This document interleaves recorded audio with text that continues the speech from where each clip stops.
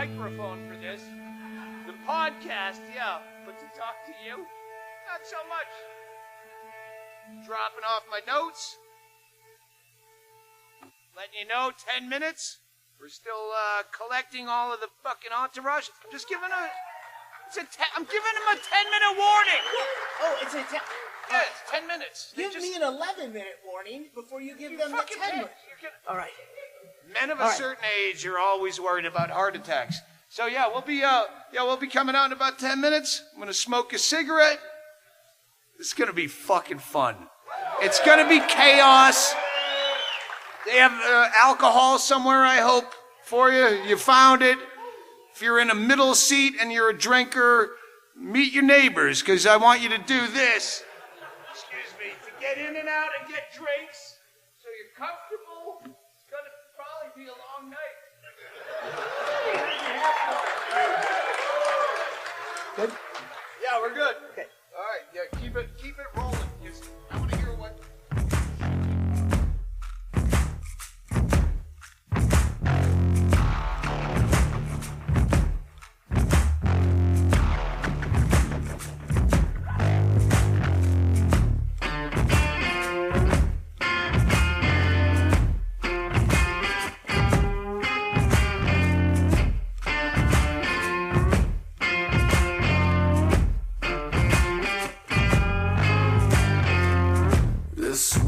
Doesn't need no opera. Here for the operation. We don't need bigger knife. Cause we got guns. We got guns. We got guns. We got guns. We got guns. You better run.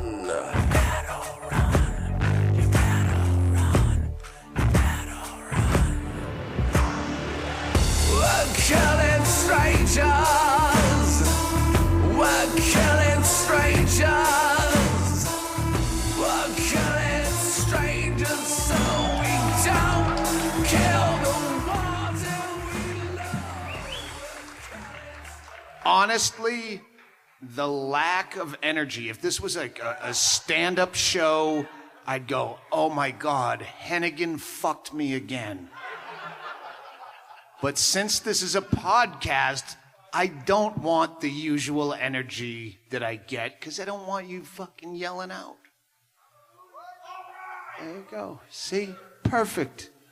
Get cocktails, make yourselves at home. I love the Karate Kid headband. It's fucking good. This is the kickoff to the first All Things Comedy Podcast Festival here in Phoenix, Arizona. Don't you worry. Every other show for the rest of the weekend through Sunday is going to make this look over. We're the only fucking show that gets booked in 1,000-seat theater. Bill Burr's here. They're all at the comedy club. Cozy, intimate. Good for the ladies. Yep. We're here to kick it off in a FEMA camp. A place that didn't have a hurricane. Hey, I'm going to introduce Ggreg Chaille, our producer. It's his one job. Let me bring out Chad Shank, our co-host. The filthy, uncut Scotsman, Brian Hennigan. And we'll sit in round table for a second, and then we'll bring out. We have an all-star lineup, and I tried to plan this podcast just so succinctly. We can't do that. We spent all day fucking shaking, taking Adderall, another whiskey, another Adderall to offset the whiskey. It's gonna go how it goes. But Jaime Kilstein is our guest of honor, but Morgan Murphy and Bert Kreischer will be coming out. to pitch relief. And you'll be here with us. And we love you for being here. Yeah, fuck it. I got a bunch of notes. It's not on. It's not on. Just yell. Hey, what could possibly go wrong? The first thing that happens when I say, oh, there we go. All right. I have so many fucking notes.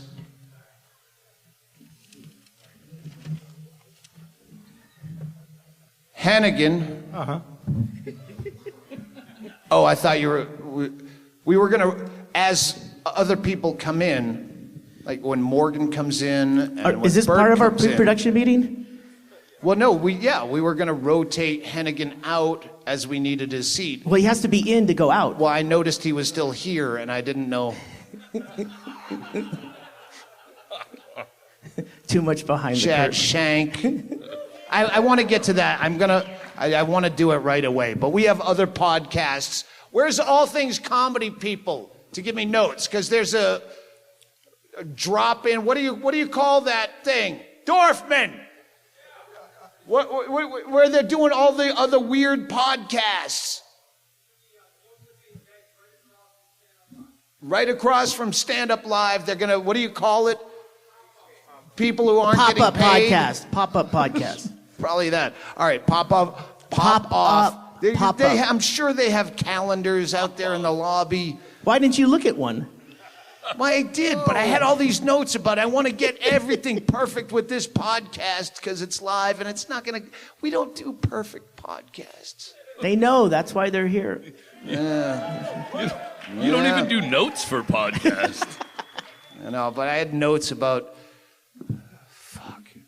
I just came off a bender in Portland. There's 2 cities that Hennigan should know not to book me in directly coming into this. And I came out of Portland, Oregon after a fucking stretch bender. That's why I was so happy that Kreischer is here during Sober October. You're familiar with they're doing. I don't know how many people are even in on that, but they're all sober. Fucking Kreischer looks fantastic. He glows. It's a glow. Trim, glowing, tanned. And I remember this morning, I looked in the mirror after that 2-day Portland bender, and I looked at my swollen, bloated face, and I thought out loud, this is not getting any better until Tuesday at best. Because this is the beginning, and we're here for the whole fucking thing. We're going to be drunk crashing everybody's fucking podcasts and stand-up shows. There's stand-up shows after the podcast tonight, yeah. And stand-up live. Jaime Kilstein is going to fucking premiere a new set. I'm hoping to stay awake for it, and the Adderall says, hey, you might just be there. Matt Becker is here. If you're a longtime Stanhope fan and a Phoenix resident, he was the guy, my best friend, that was in the Jeep when we got rolled by a transvestite hooker on Van Buren. Where's Becker? He's in back. He's in the back. Of course he's in the back. He's probably not even listening. I can't believe I came here for this. Hennigan and I were on the same flight in last night from... him from LA on my connection, and I only remembered from the tweet that when we got on the plane, we announced that we were gay married, and to the plane, yeah. To first class. Oh, I didn't know that. I thought you just did it on Twitter. No. He took a picture of us, and then I forgot this part. Does anyone follow passenger shaming on Twitter? Yeah. It's people that are douchebags on flights where they put their fucking bare feet in between seats and shit. Fake engagements and announcements and stuff like that. Clipping their toenails and shit. So I'm a fan, but I want to be on it. So that's why I always wear the Delta pin on my left lapel when I travel, is because the Delta people go, oh, hey, that's a vintage pin. I wear it on this one because that's the way you turn when you get on the plane. And they go, hey, I like your vintage pin. The only reason you're not on passenger shaming now is because nobody can take a picture of a smell. You're not wrong. So my idea, and it wasn't until I was sitting beside Hennigan that I go, hey, and I'm shit-faced, take some pictures. And I disrobed my upper body and started shaving my armpit with my beard trimmer thing. And we I had have them the take pictures, but they saw my delta pin initially, and they go, oh, it's okay. He's a comedian. His manager told us. So I got some good passenger shaming. I want to be there myself. I want to fuck up them. All right, let's just get to the fucking guest. This is going to be a long night. Jaime Kilstein got into some predicaments. I don't know. I told you to look up his past, but we'll go over it. You gave him homework? I did on a podcast early on when we booked him. Hey, look into this if you don't know him already. Yeah, he had a few missteps in his career. Don't you fucking start talking back. And I've known Jaime since he was a kid. And we'll get into that. Let's just bring him out. Jaime Kilstein, ladies and gentlemen. Comedian, musician, podcaster, poet, Jaime Kilstein, a man of many failed trades. Yeah. Anything unmarketable, I have bombed at.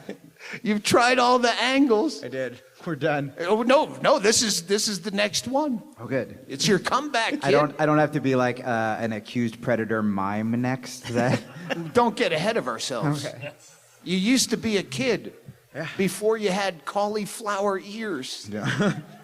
You were I said to Murphy or Bingo, I said that I remember when you had the graphic underbite, and I have the big overbite, and I go, we should swap teeth. Yeah. Like if I had your underbite, I'd have a perfect mouth. When did you say Except this to me? No, I said it to someone behind your back. I save all this shit for your face for the podcast. Yeah. I was like, I think I would have remembered if you were like, let's mouth swap. Well, I wasn't aware of my graphic overbite till it got even more pronounced through my years of smoking and losing back teeth. Yeah, I think we met on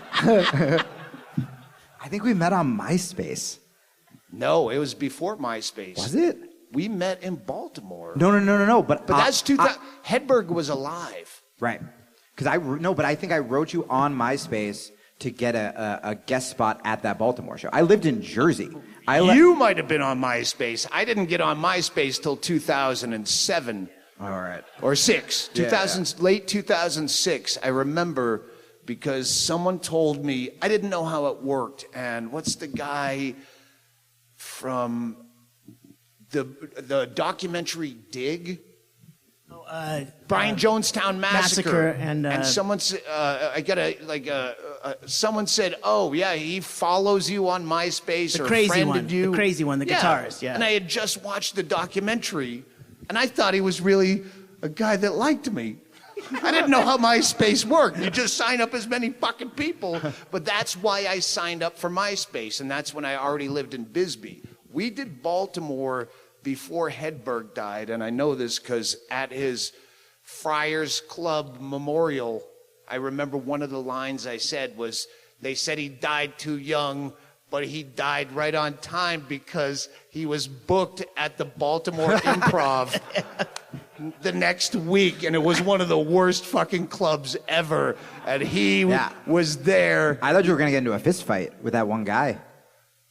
Well, let's... Yeah, we can... You thought Stanhope was going to get in a fist fight? Oh, I thought Stanhope was going to get attacked by a man using fists, not a even-handed fist fight. That was polite the way you said it, Jamie. Defend me. I would have back then. I would have had to defend you. You Oh, were yeah. such a fucking geek act. It was just me and my underbite and no place to stay. He shows up. You and your buddy. Do you remember who it was? No, it was a comic from Philadelphia. It was just another comic. You took a bus or a train down because you were a fan. Yep. So like a Wednesday through Saturday kind of club. Yep. Nobody's there. Sound familiar?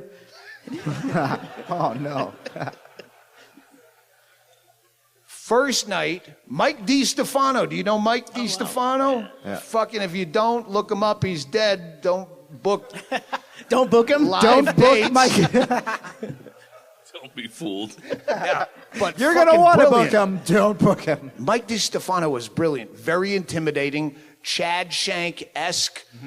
Sober, ex-junkie, but built like a block of fucking shit, concrete, cigarette machine of a man.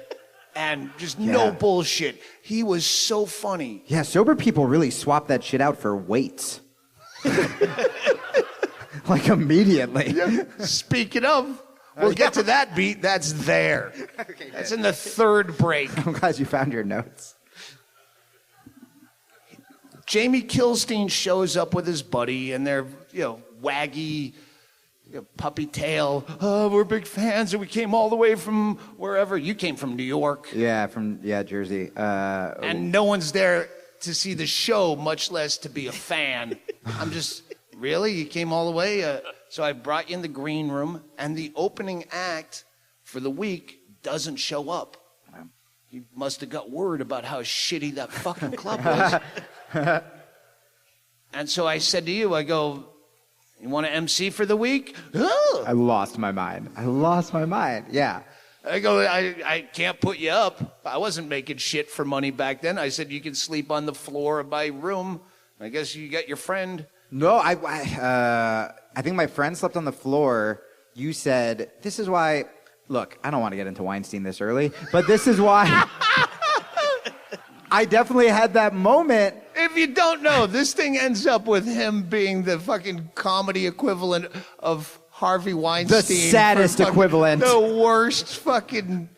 Go ahead. The failed Harvey. Yeah, so I definitely had that moment where, like, I didn't know you, and you were just like a road guy for so long that... This is why I'm like, I would have, look, I probably would have fucked Harvey Weinstein. Look, when you very kindly were like, you can sleep in my bed. And I was like, what?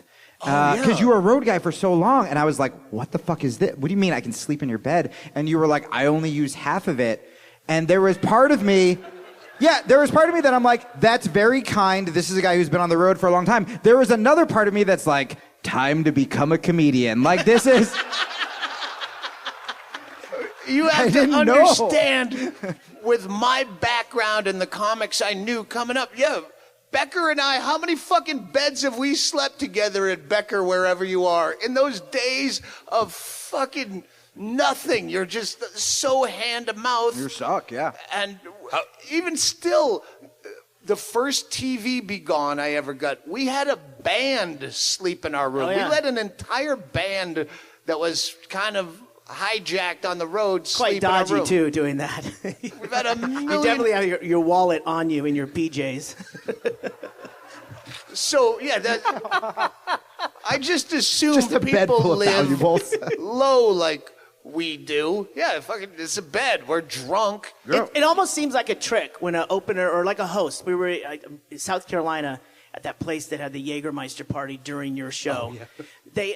The host was like, he went back and we had a couple beers, and then like his girlfriend left, or like, I'm done with you or whatever, and he's like, he had no place to sleep, and then you said, well, you can stay here with us, and it seemed like a trick to him. It seemed like, what's going on here, which it is. It's not a normal thing, Doug. Well, I forget most people don't drink heavily every night for 30 years. When you you don't fall asleep. You pass out, and then you wake up. The ones that bother you are the ones that you go, oh, yeah, you can crash here, and then they're hanging out going, can we have breakfast? No, you couldn't drive. I didn't want you to get a DUI, and you slept in my bed, and now fuck off.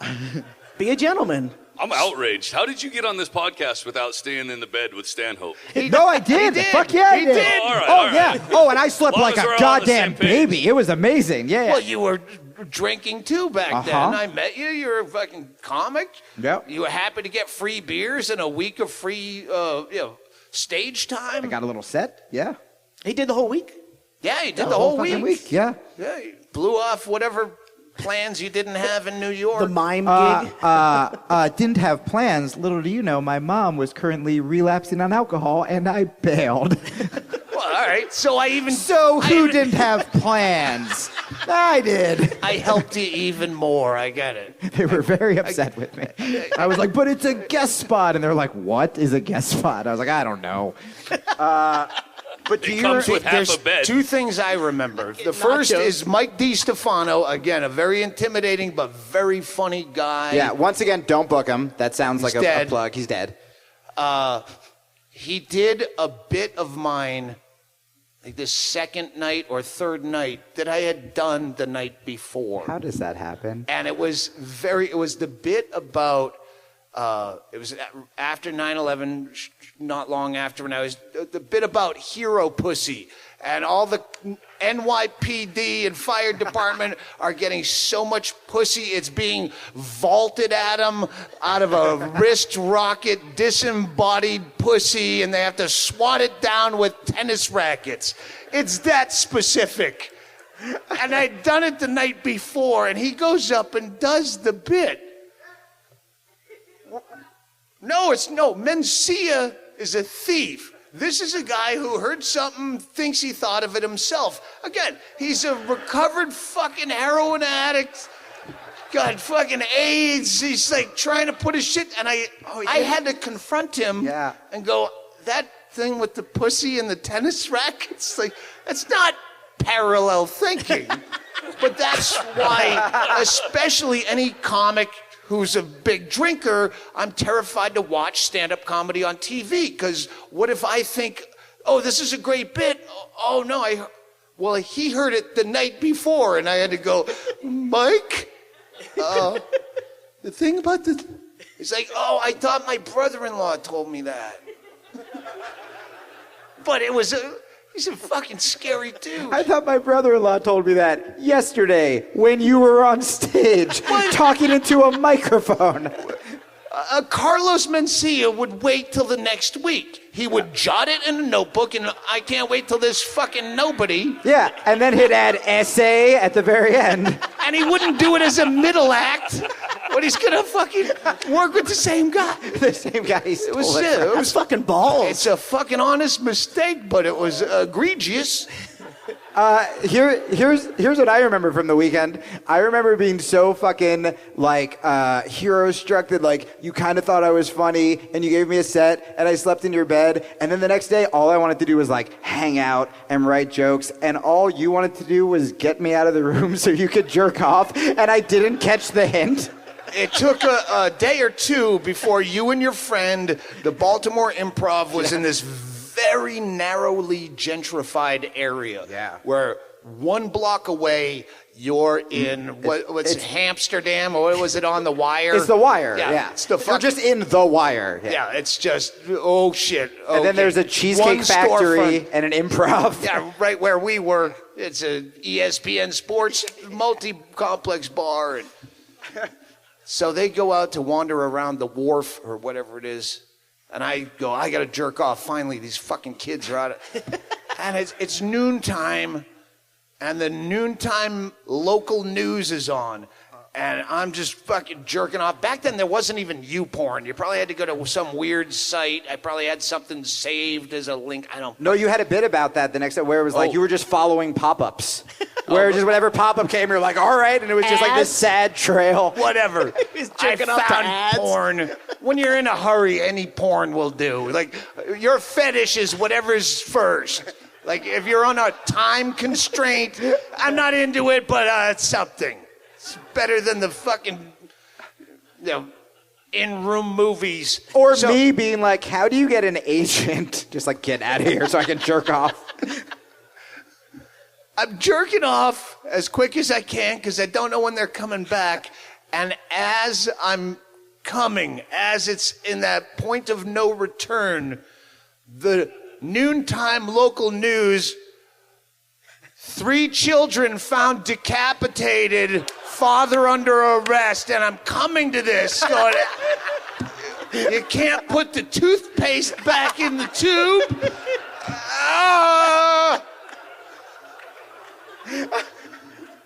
So that night, you're like, it's like it's the biggest story in Baltimore. Every station you turn, it's like 3 kids were decapitated by their uncle. Like their uncle fucking like lured them in, killed all 3 siblings, and decapitated them. And Doug's like, well, if I tie this into the masturbation bit, I think I got a solid opener. And there is somewhere, one of you fucking internet geeks, there is audio of that somewhere I found years later of your the guy. set? Your set that night? Yeah, I opened with that. Just basically what I said right now from what I remember. And some guy turned into the Incredible Hulk. Yeah. You fucking sing, you motherfucking... Yeah.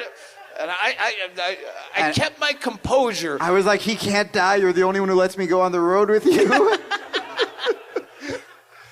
Yeah, but he stood up. It was literally like muscle T military guy stood up in the back, like stood. I've seen heckles. I've seen mad people. I've had bottles thrown at me. Even the guy who threw a bottle at me didn't fucking stand up. This guy like stood up like he was going to lead the charge. Like everyone at the Improv was going to like take you fucking out.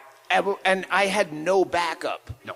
Like there was No. You have to understand this Baltimore Improv was a new project in their gentrification program, but it was the one that didn't work. Yeah. So the whole time I'm drawing flies. Oh, I never met a manager there. I saw them. I didn't meet them. Every night they would sit in the back, arms crossed, like it's my fault they suck. And they wouldn't speak to me. They'd nod. They wouldn't say good show because none of them were. No. And they just sit there like it's their own money they lost. Yeah. And I was like the new open micer guy, and I was like, comedy's great. And someone threw him out, even though the owners probably wanted him to beat the fuck out of me. But we get out of that. Yeah. And then the next, I don't think I ever actually I was just so, like, just looking for stage time. I think you were the only comic who would talk to me, where I flew myself on my dad's mind. Okay, so here's what people don't know. So I was like this, even last year, this very like a progressive comic, and that we would talk about stories about Alex Jones and like Alex Jones being a racist and him helping like elect Trump and all this stuff. What a lot of people don't know is your very famous incident in Austin, or Austin incident. I was there, and like I flew myself down there to do an unpaid guest spot, and it was me, This you. is the Austin, Yeah. what do you call it? Fucking Austin incident. No, but the club is... Cap City. Cap City. It was me, you, Walsh. I think that was the first That's night the you met first Walsh. time I met Brendan Walsh. And fucking Alex Jones. And so every time last year when I was like, my co-host on my show, my old show, would be like, yeah, Alex Jones is a fucking racist. I was just terrified because I know there was video footage of me so happy to be on stage. I introduced him. I was like, it is an honor to introduce. I think he had me if call you him. don't know, his podcast was very left, very against Alex Jones, where if you were famous, other than this bullshit we'll get to, Yeah. that would be your downfall. Video of you saying Alex Dude, Jones I was so is excited. an honor. I didn't fucking listen to his show. I didn't know about like the racist conspiracy shit. I was like, he was friends with Bill Hicks, and I was so excited to meet him. He was a friend of Bill Hicks. Oh, I thought he was friends with... Dude, I have a picture with me and him in the green room. I'm like giving the thumbs up. Like...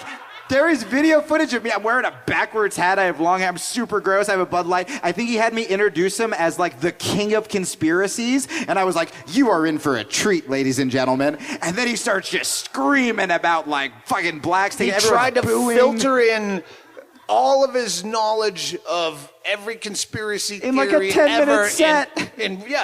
He wasn't supposed to do a set. I said, do you want to introduce me? Because he's a Austin personality. Yeah. And at that point, a lot of my audience were into both of us. That's before he went wacko and I've had a point of view.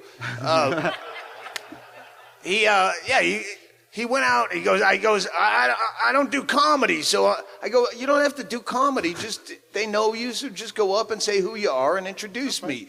And he went up and did this just vitriol. Don't you know Mao Zedong is no different than fucking Kunshaw? We set these puppet leaders up to. And this is my second show with you after the Baltimore thing. So again, I'm like, this is comedy. Like, I remember about that show after, other than Alex Jones fucking it up, is you were there and you inmaned it to an extent where you flew yourself down there, but you had no place to stay. Nope. No money. I remember going on stage after you saying, hey, any fat girls or fucking lonely men or anyone that will put this kid up. Evidently, I didn't let you stay in my hotel. Yeah, what happened to the half of the bed thing? Maybe you should have fucked me in Baltimore.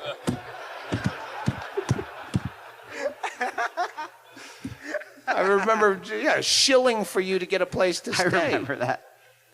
I probably knew I could get laid in Austin, where I knew I couldn't get laid in Baltimore. I didn't want you fucking clogging up the free space. You mean the surly waitstaff at Baltimore wasn't lining up outside your Best Western? Do you remember where you stayed? No. I got to move this along. I have no idea. What time are we at, Chaille? Oh, Chaille's not here. 10 to 9. 10 to 9. All right. This is where we go from when you were a kid that was happy to work for fucking cheap drinks and a warm bed next to a snuggly, thin headliner with a mullet, to where you became a sober, vegan, tattooed, mixed martial artist, feminist. I was reading the market. I don't know, because we're going from 2005, so I don't know when you started becoming sober. Well, no, there was tatting yourself up. There was a phase where like comedy was going well. Like my dad just found a fucking I totally forgot about this. My dad's moving, and he found this this interview magazine thing where it was like the 5 comics to watch, and it was Reggie Watts, it was Aubrey Plaza, Jay Farrow, someone else. No, it was 4, and me.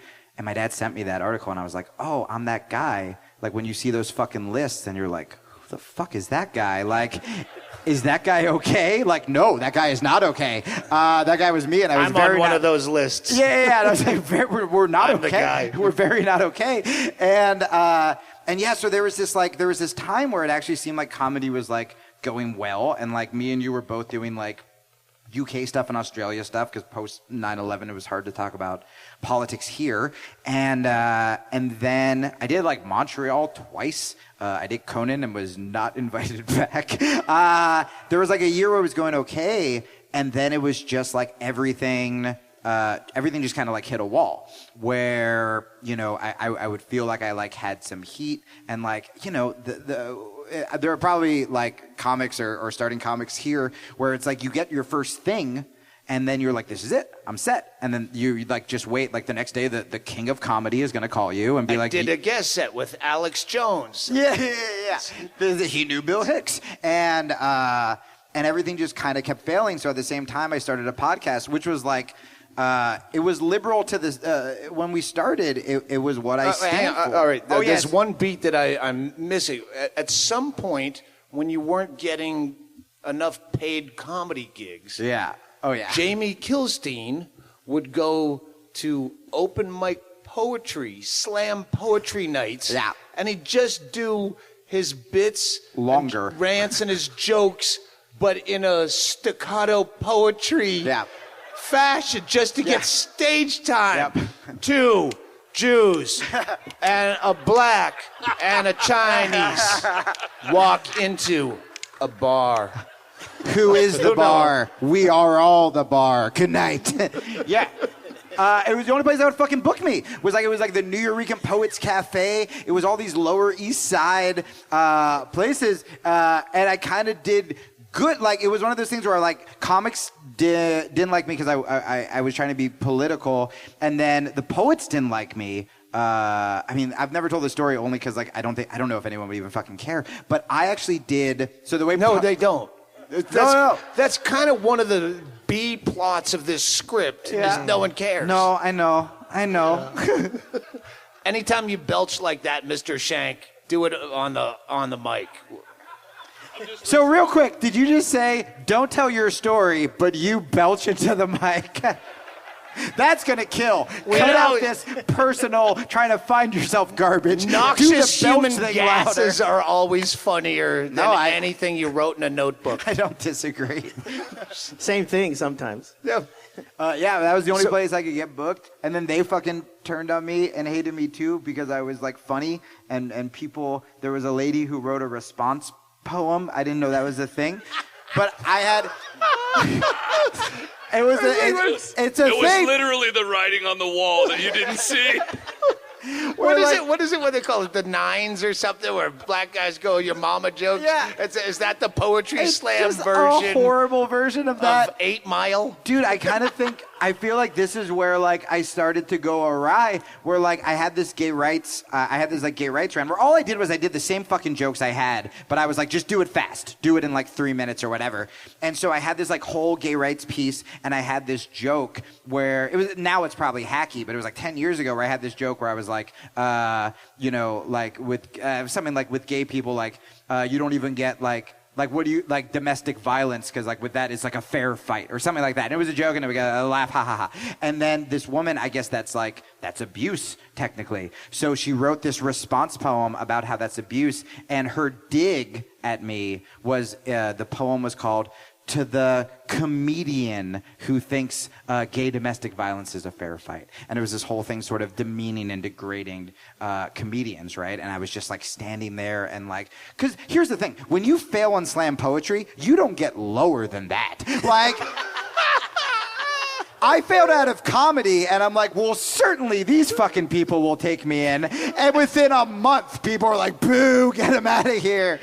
And I was just like, I got nothing. I got fucking nothing. And so then that's when... Entirely a humorless group, and I did a bit about where I moved to an artist community thinking I'd fit in, and no, comics don't necessarily fit in. No, but that is what you think. That's totally what I think, where I'm like, oh, you guys are outcasts. We're outcasts. We're on the same side, and there's just some fucking weird, humorless, culty thing about it.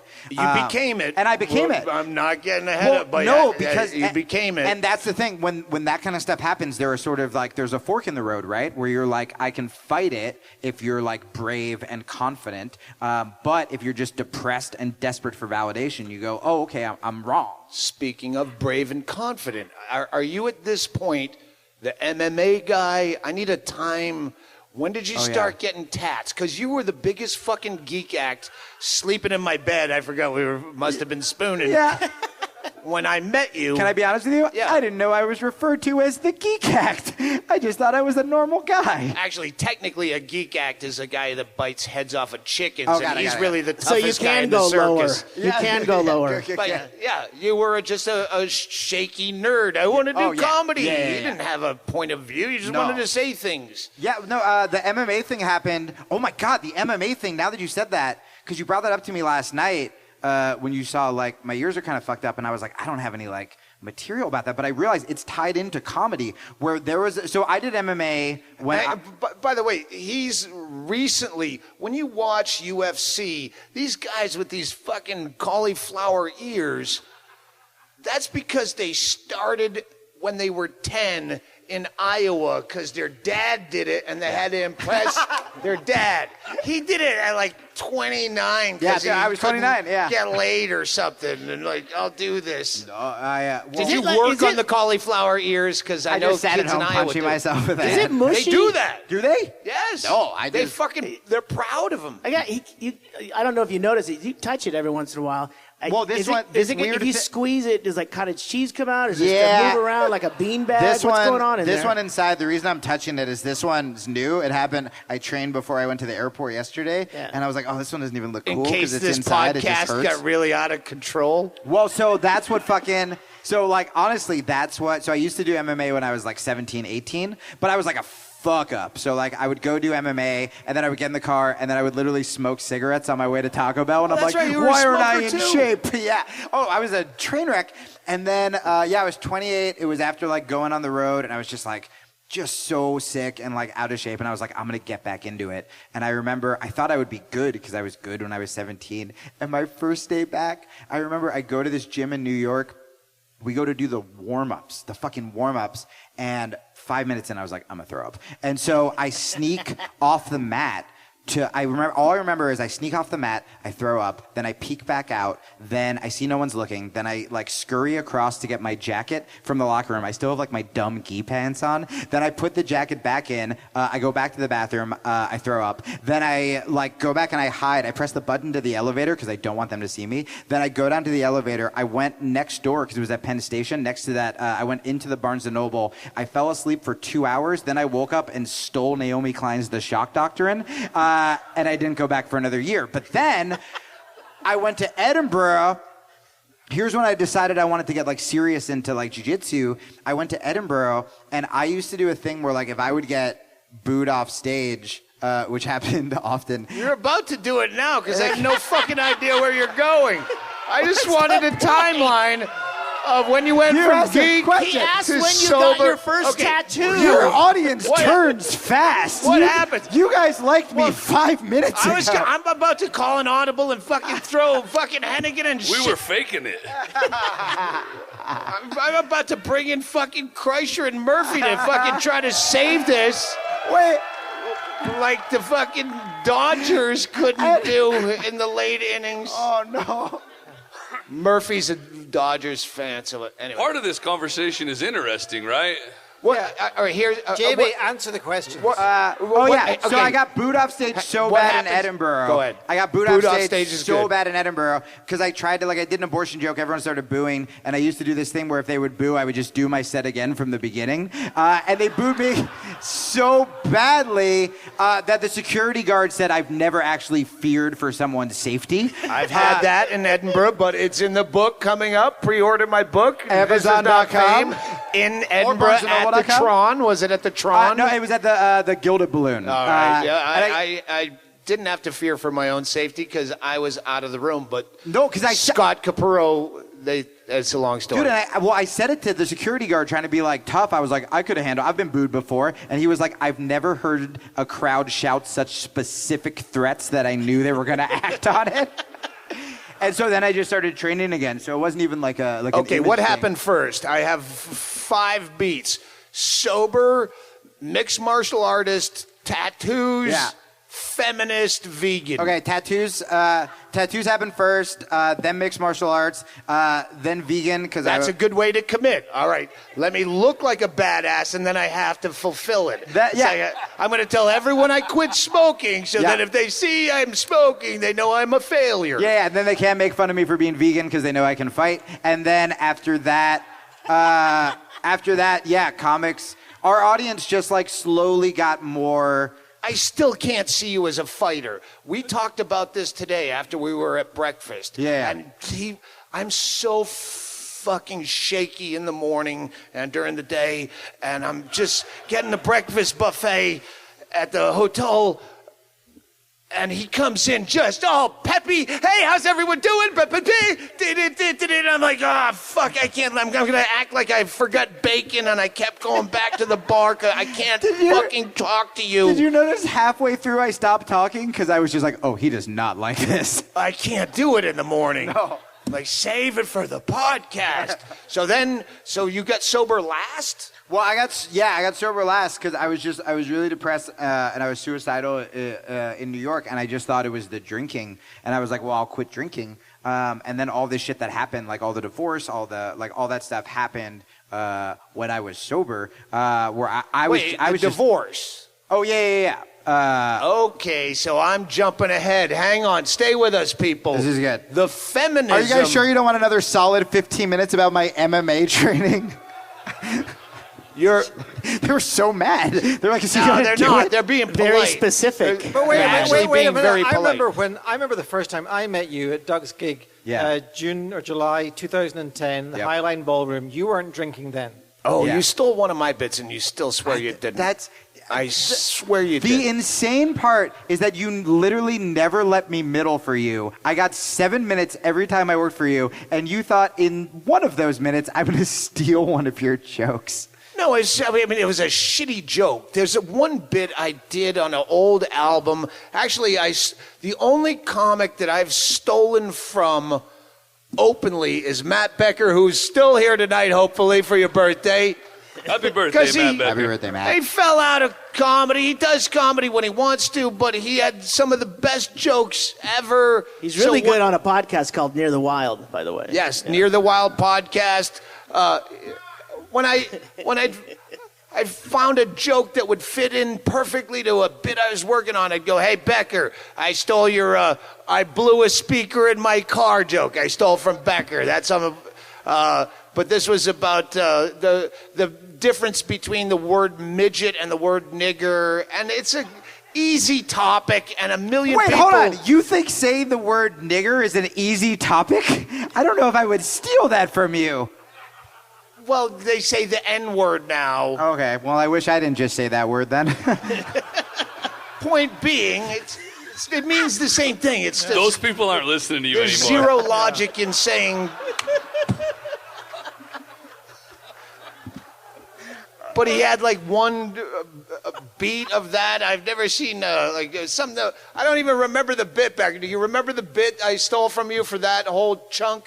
It's about midgets nailing crosses in on the side of the road with hoods on or some shit. I don't know. Point being is it's an easy topic. Yeah. Using midgets say that word is like the N-word. And a million comics. Artie Lang did that bit a different way, but now that the public have become the comedy police for us, Jesus. Someone so-and-so is doing your bit. They're stealing from you. Dude, when they try to like at you into wars with other comics, it's just it's like but a they don't nightmare. know. They don't know the difference. A premise. So-and-so talked about porn. They're stealing your bit. Every comic talks about porn. Stop. Let us do the police. But it was, I think, the Mencia versus Rogan thing that started that where everyone wants part of the war. Right. But they don't know the business. Like, just shut the fuck up. We know when someone's stealing. It's a small community. Yeah. Well, we were talking about that earlier when people, like, try to have your back on the internet. And you're just like when you do it, it's funny, and then your fans are like, "I got this," and you're like, "Oh, that's hate speech. That is straight up hate speech." Mine are the worst, and this is where we're getting into. This is where we have to move it along, but that's a good segue. When you were on, this is where you started to hang yourself. If you're playing hangman in your career, the first block that gets filled in is you going on Joe Rogan. It was the first defending a heckler blocks. over Dan Tosh. Yeah. That's it. But on that podcast, Dan Tosh, if you don't know the story, Dan Tosh had a heckler that said something about... She said, like, rape's not fun. I'm going to make it succinct. He says, "What do you guys want to talk about?" Someone says rape. He goes, "Oh yeah, that'd be funny to talk about rape." And then he details all the bad things. "Oh, what would be funny about that? The shame and the fucking self-hatred and the fucking suicidal things and thinking it's your own fault, blah, blah, blah." And yeah, what would be funny about that? And a lady, not getting the joke, yells out, "There's nothing funny about rape." And he just detailed that for you, gal. And he said, "Wouldn't it be funny if 5 guys come down and rape her right now?" Yeah. This sets off a shitstorm. Oh, it is funny. Which is I get hilarious. It. I see this now. I see the reaction. It's far less funny in an angry blog post, but with a room full of people laughing. I get it. What wasn't funny is she goes out and writes a big blog that gets picked up by one of these douchebag, leaky fucking gossip Jezebel kind of fucking places. Yeah. And everyone picks it up. They love scandal. No one would give a fuck. Well, I never even heard the part about him talking about, like, the suicide and the shame. Irish like, women are that's too funny. ugly to rape, which is in the book. That's what we did. We actually coerced that. That's how you do it. You Coerce may not be the right word for this bit. We coerced the press that you got. Yeah. that you didn't know how to handle. He created, Hennigan, the Scotsman, created that press for us. When you have a big wave, you can either ride it or let it crush you. Yeah. Guess what you chose, Jamie? Oh, okay. Jaime Kilstein goes on Rogan's podcast in the heat of what we as comedians think is big news. But it's only really big news if you're a comedian, because this is not even really considered an art form. Like, it's no Louis slam C.K. poetry. would be the biggest comic right now, in as far as comics. If you ask 3 fucking neighbors and one of them knew Louis C.K., they are thinking of a different guy. Like, general, but we're so insular in comedy. Right. We think we're a fucking big deal. No one knows us. Well, yeah, and so I went on Rogan's show, but here's the thing, like, even the way you set that up, like, I didn't know we were going to talk about that, because the thing with, social media. Well, everyone hated your guts. Well, I didn't know, because by that point, I had already sort of, like, felt like I, like, failed at comedy. I had my niche audience, right? Like, I had these, like, progressive people who, like, listened to me and listened to the show and supported the show, and I was, like, making a living for the first time. And so, like, I thought I could talk about the Tosh thing, and I was like, that's just what we're supposed to do, right? Like, we get offended at things. And I have to back up for the listeners. At this point, you're already ensconced in a marriage. We skipped over this, and it's important. Yeah. You got into a marriage with a feminist.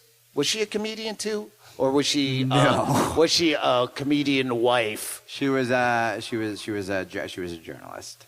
All right, she didn't do stand up. No. Okay. No, thank God. Yeah. No. I thought, when there's someone that isn't funny, but they're married to someone who gets work, and then they get work, and then you go, yay, I guess you have to put her on stage because of the relation. His wife is a feminist. They start a podcast, Citizen Radio it was called, and Jamie, somewhere between the tattoos, the sit-ups, the crunches, the kettlebells, the fucking veganism and the sobriety, he became a feminist too. Because what man in here hasn't done dumb shit to impress a woman? Amen. He's got this big, we're feminists, I'm a male feminist podcast. So when Dan Tosh makes this news for saying this girl should be raped, he defends the heckler over the comic. Well, and this... Yeah, so 2 things.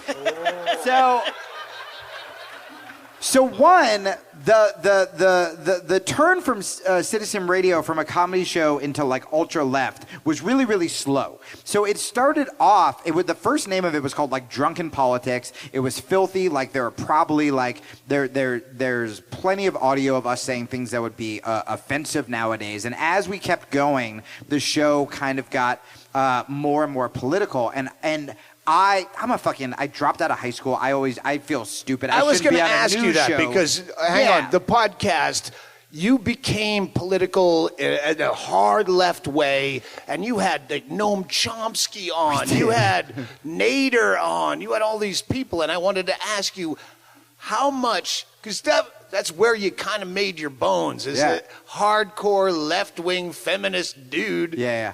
How much of the shit that you talk about do you know what the fuck you're talking about? Because I get invited to, I'll drop my pants first. I get invited to all these like libertarian conventions and podcasts, and we want to talk to you just specific things about, hey, what you said about AA. I have a documentary about AA. Will you come on my podcast and talk? Almost everything I've ever done as a bit, that's as much as I know.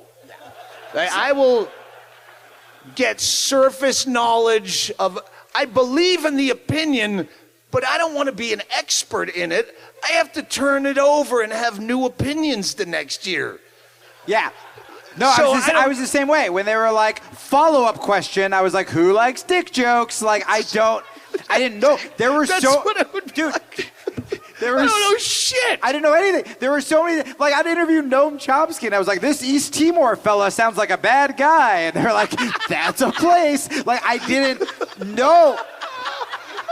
But I was so happy to finally be the smart guy. I was so happy to be on, like, I went on, like, MSNBC, and, like, because for the longest time, I just felt so fucking dumb. Like, I just, like, ever since, like, dropping out, I just constantly felt stupid. And when I hung around those progressive journalists, I felt like I was just the joke monkey guy. And I was like, this is my chance to be smart. Literally every day on Citizen Radio, she would pause it and have to be like, you're not allowed to. Like, I couldn't say things. I just kept fucking up. The whole time it was me either saying offensive things or fucking up, and it slowly crept into this kind of like where we're at now with this sort of like, you know, like overly PC. Like, I didn't even catch on to the creep, because when you're in it and when you're on Facebook and when you're sort of like, you know, it becomes like this huge echo chamber. I remember the moment I was like, oh, I don't know if Citizen Radio is good. The moment that happened was I got an email. I was like defending trans people, but I called this transphobic guy an idiot. And I got an email that was like, while I appreciate you defending the trans community, the word idiot is ableist. And I wanted to be like, oh, well, you're fucking retarded. You're a giant retarded cunt person. Hang on. This is when all this shit went down. Oh, wait. No, we're not even to that. Well, so the Rogan thing, so I did not... Let's make it quick. Yeah, because we got to get fucking Murphy and Kreischer in here. I didn't go on Rogan's to talk about that. And why were you booked onto Rogan's? So I was booked onto Rogan's because I did Rogan's show a couple years before, and it was great. We talked about drugs. I'll tell you why he was on Rogan's show. Somebody, Rogan does so many hours of podcasting a week that there's not even that many comedians. No, yeah. That is the answer. It's a comedian churn. Yeah, so Rogan is out. You think there's too many comedians? No, there's too much Rogan. More than this. Well, so I just like wrote him, and I was like, I'm in town, because the first time it was great, and I was like, I'm going to cut you short because you go on Rogan. So here's what people don't know. So I got the shit kicked out of me, and I'm going to get to the. You can wait till I tell you. Yeah. Tell them how you got the shit kicked out of you, and then defend it succinctly. Yeah. Yeah. You go on. The Tosh thing came out. You defended openly on Twitter the heckler. I don't want to rehash it. You can go back and listen to that episode of Rogan, or start around the. Yeah, I had to cut it. It's a 3-hour fucking episode. I had to cut it to the hour and 10 to prep for this. I don't prep for these fucking podcasts. I put a lot of goddamn work into this one. I had to sit there and be yelled at by him for 3 hours. And you deserved it. Yes, yeah. First of all, I'll just cut out this guy that you try to fucking start a fight with. That's pointless. You just went back and forth. You literally said the same argument back and forth to each other about 70 times. Well, no, you're wrong for this. And you go, but I defend rape. It's rape culture. But no, it's not rape culture. And Rogan was right, and you were wrong. And you went back and forth and said the exact same sentences about 70 times for an hour and 10 minutes. Got time to fill, man. He got better fucking jabs in. You were getting fucking beat to shit. Mm-hmm. But in comedy, I'm watching it right now. It's still going. When you ever take the tact of, and I'm careful not to step on my own bits I'm doing now, currently. I don't want to fucking waste them on you fucking idiots. Oh, I'm sorry. Did I say idiot? That's ableist. When you ever take a heckler's side on any level publicly over a comic who's just riffing in the moment. Again, I'm not going to go repeat the whole Rogan thing. He did it way better than I could. Yeah, you made a lot of enemies. Well, at that point... in comedy. Yeah, and that was the thing when we were talking about doing the podcast, and we were talking about, like, if I was going to apologize, and I was like, look, man, like, I wasn't a predator. I was in, like, these, like, consensual relationships. And you were like, no, but you were like, I don't think you're a predator. What we mean apologize for being, like, a fucking douchebag. And, like, the thing was, when I went on Rogan's show, I didn't even know... I was at the point where I was just sort of retweeting the things that I thought needed to be retweeted. And so when I went on Rogan's show, I didn't think the Tosh thing was going to go up. I asked him to go on the show, and then I got very high with him before, and suddenly I had Joe Rogan yelling at me, would you rather be raped or murdered? And I was like, well, this is a pickle. Like, I didn't think I got myself into that, and so like Wait, that's hard to answer? When I watched Would you rather be raped or murdered? Raped! I mean, I feel... You get to live if you... I feel like... Jesus I fucking feel Christ, like that's dumb. whatever I did to lead to the question, would you rather be raped or murdered, was probably bad. I want to know the decisions I made to get to that question. And so I'm just high. I hadn't smoked pot in years. I was sober. By the way, and you know I don't smoke pot well, and when I try, it fails worse every time. And I've smoked his weed. You have to. It's Joe. On you want to his smoke with him. podcast, and I said the wrong thing. Dude, I think that should A be lot. That is that is like the best anti-drug commercial. Is just have me with Joe Rogan being like, "This is great. I love podcasting," and then 5 minutes later, I'm high out of my mind, and Joe is screaming, "Would you rather be raped or murdered?" And then it's just be like, "Don't do drugs." I'd be like, "All right, well, I'm not going to do it." Our high as fuck right anti-drug now, and I'd rather be commercial, raped. just because it fits in Don't on take that. a DVD we don't even sell because of fucking Yoko Hicks, fucking Kevin Booth, the go-between. That's why Alex Jones was on the show. All right. There's Well, the Kevin footage was of me there. and Matt Becker on mushrooms after I just fucked an Alaskan hooker in a whorehouse. 30 minutes of us. Class. Oh, that's in the book, too. We put it as a. All right, let's just fuck this. Brooklinen, never been in a better position to sell Brooklinen sheets than right now after several whiskey, splash of Cokes, a Xanax, and a need to go to bed at 8:05 at night like an old man. Because when you have good sheets, you sleep well. You sleep like a champion. And when you wake up after the Xanax has already coursed through your system and you have your eye mask on, we should get an eye mask. We should have a bundle pack of the sheets, the eye mask, and Xanax. If we could get Xanax and eye masks as a sponsor, Yeah. air conditioning, get a little bit freezing, even though it's still 80 degrees during the. It's supposed to be cooler when you go to sleep. You shouldn't. yeah. I mean, it's better for your sleep. Yeah, until you wake up naked and you've peed yourself, and then have to run to the bathroom to throw up. And you know what? Brooklinen sheets are so good, you'll throw up in the bed rather than get out of the sweet, sweet comfort. You spend a third of your life in your sheets, Doug. Are you sure they're taking care of you the way they should be? It always rang of bullshit. Yeah. You spend a third of your life in bed. When you were a kid and I was sleeping in a car, I can sleep anywhere. Yeah. Well, now I'm not a kid anymore, and I can barely sleep with the fear of the short future I have left. But I sleep like a baby when I have good sheets. And Brooklinen sheets are good sheets. They make you want to stay in bed. And that's where you should be. Because the future is daunting. And it's outside your door. It's not in your bed. In your bed is the safest place to be. So Brooklinen sheets. You know what? If you're only spending a third of your day in bed, you're fucking up. You should spend at least half to 5/8 of your day in bed. How do we get a bundle pack of Xanax, eye masks, Brooklinen sheets, and A movie package. Let's just say that. or a movie package? Yeah. There's a lot out there. Yeah, whatever streaming service you signed up for your last special that went fucking debunk. Well, even before Debunk is the wrong word. it's a new America. You can make up words. It's a new fake news.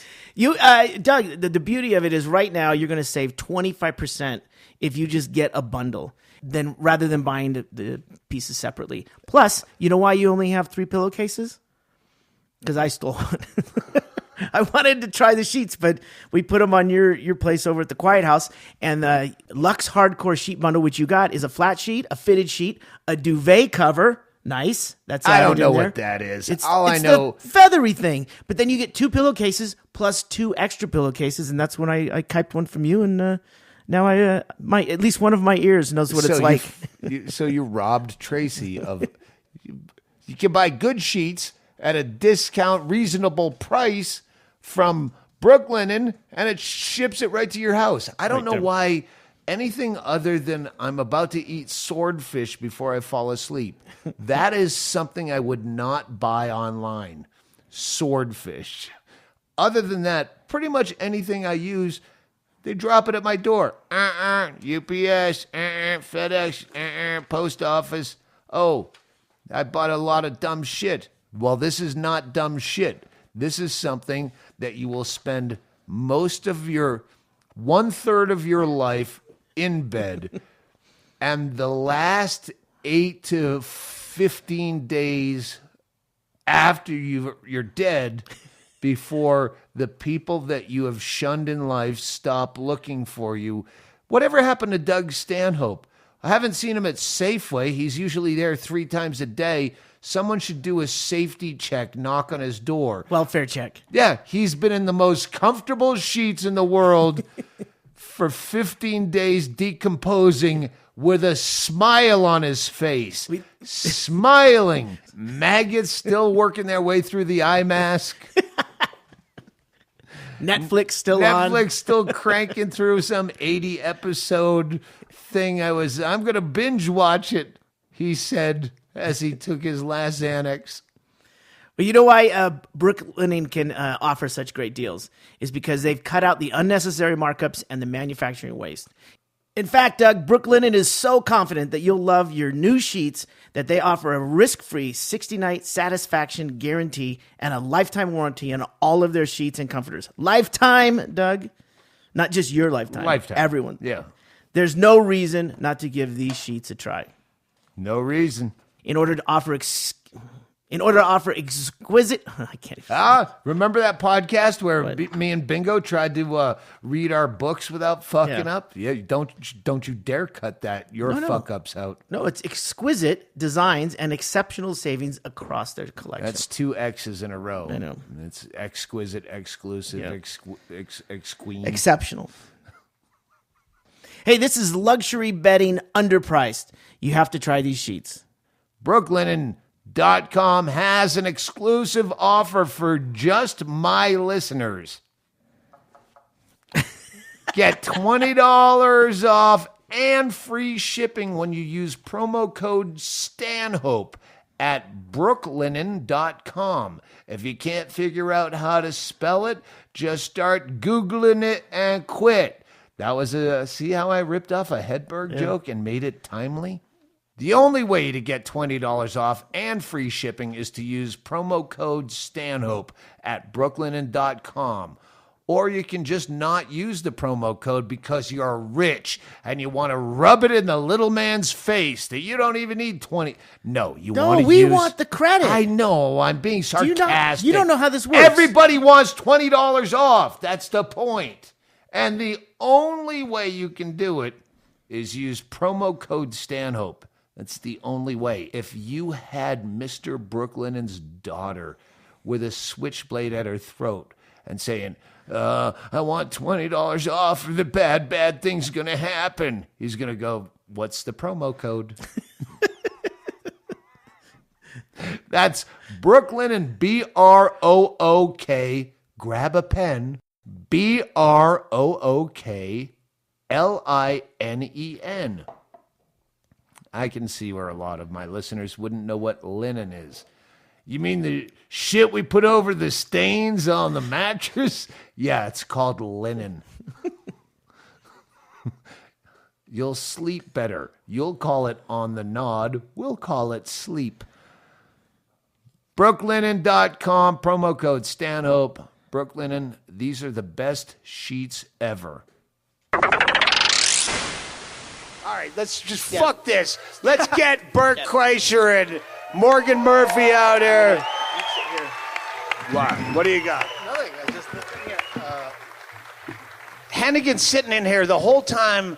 I think he's making notes like he's about to You're just scribbling. blow off. There we go, Morgan Murphy, Kreischer, wherever you like. Hi, guys. Hi, Morgan. Hi, Kreischer everybody. probably, how Kreischer just sat through an hour and fuck. Yay! Kreischer, sober Kreischer. Love that dude. Oh, sober October, Sitting bro. through the October, sober. bro. There's You have no way he no sat through idea that how sober. fucking frustrating that was. No, I Now, know. let me just step in. I've been listening to this podcast, and I want this to go good for a guy like myself who listened to you on Rogan and then listened to your entire podcast with Allison the day after. That was the fucking podcast that was like, That's when I went off the rails. oh. Yeah. That's, and then, Well, explain it to the people who are here and listening at home. so. Or are you sure you guys wouldn't like to hear more about mixed martial arts? So this was, by the way, this is also the time I got into beef with comics because I don't think any of us realized the outreach podcasting had. So you would go on, you'd do something, you'd be like, fuck, that was fucked up. And then he went on with Allison and I think called Red Band a rapist, called Joe a rape sympathizer, said all the trigger words, and that was the wrong two guys to do that to at the time. And that is Now you could do it as much as you want for Red Band. You could call him a rapist. No, he's a lovely man. I love. But and that was, I remember listening to that, and then I heard that Anonymous took away your website. Someone hacked my Twitter and just wrote rape all over it. Someone hacked my Twitter once and just went,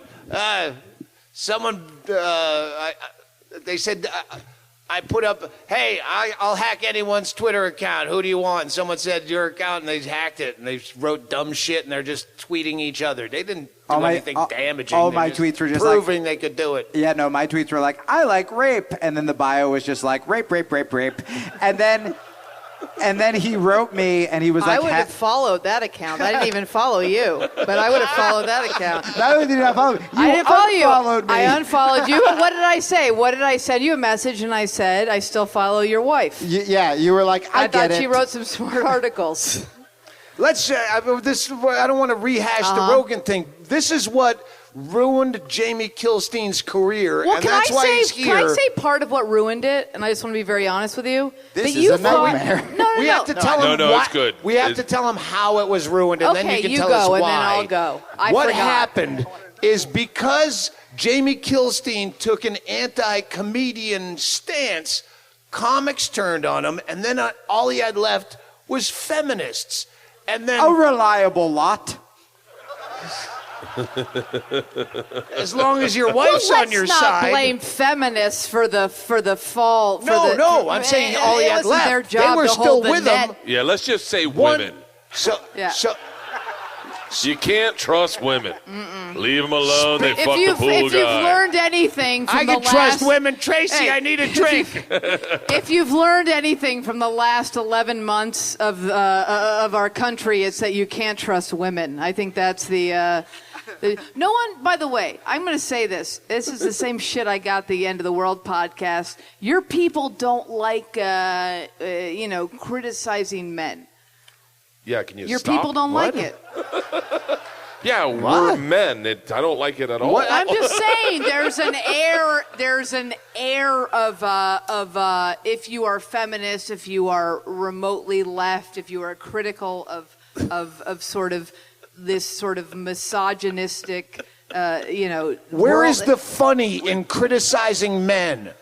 I think that there's a part of my book where I go, it's like lawyers. Right. You can't make fun of them because they have all the power. Sure. Like, But now they're funny because lawyers they don't go, no, that's not funny. Right, but what's funny now is they don't get to she's got have it. all the power, so you get to start digging in. I'm just saying that I feel like I'm very middle of the road, but I've never gotten more shit than from the fans of my friends, which is very bizarre to me. It is for bizarre. defending women in any situation. It is bizarre because we love you and anything you say I think I I love agree you with. too, Yeah. and I know you love Yeah. me because I've seen your dick without asking for it. That's not even true. By the way, that's why I don't say anything during the sexual harassment witch hunt. Because, Oh, my God. Because I'm like, I don't know what I've done. I'm gonna fucking, I'm gonna stay in my cave until this blows over. And this is exactly what happened to Kilstein. Yeah. When Kilstein hung himself, and it was you defending Daniel Tosh, but then Kilstein went out and did shit lighter than anything I could be accused of, and he Jerry Falwelled himself. He was such an outspoken, you don't talk about rape, and rape jokes lead to rape culture and feminism, and be a dude and always believe what every woman says. And guess what?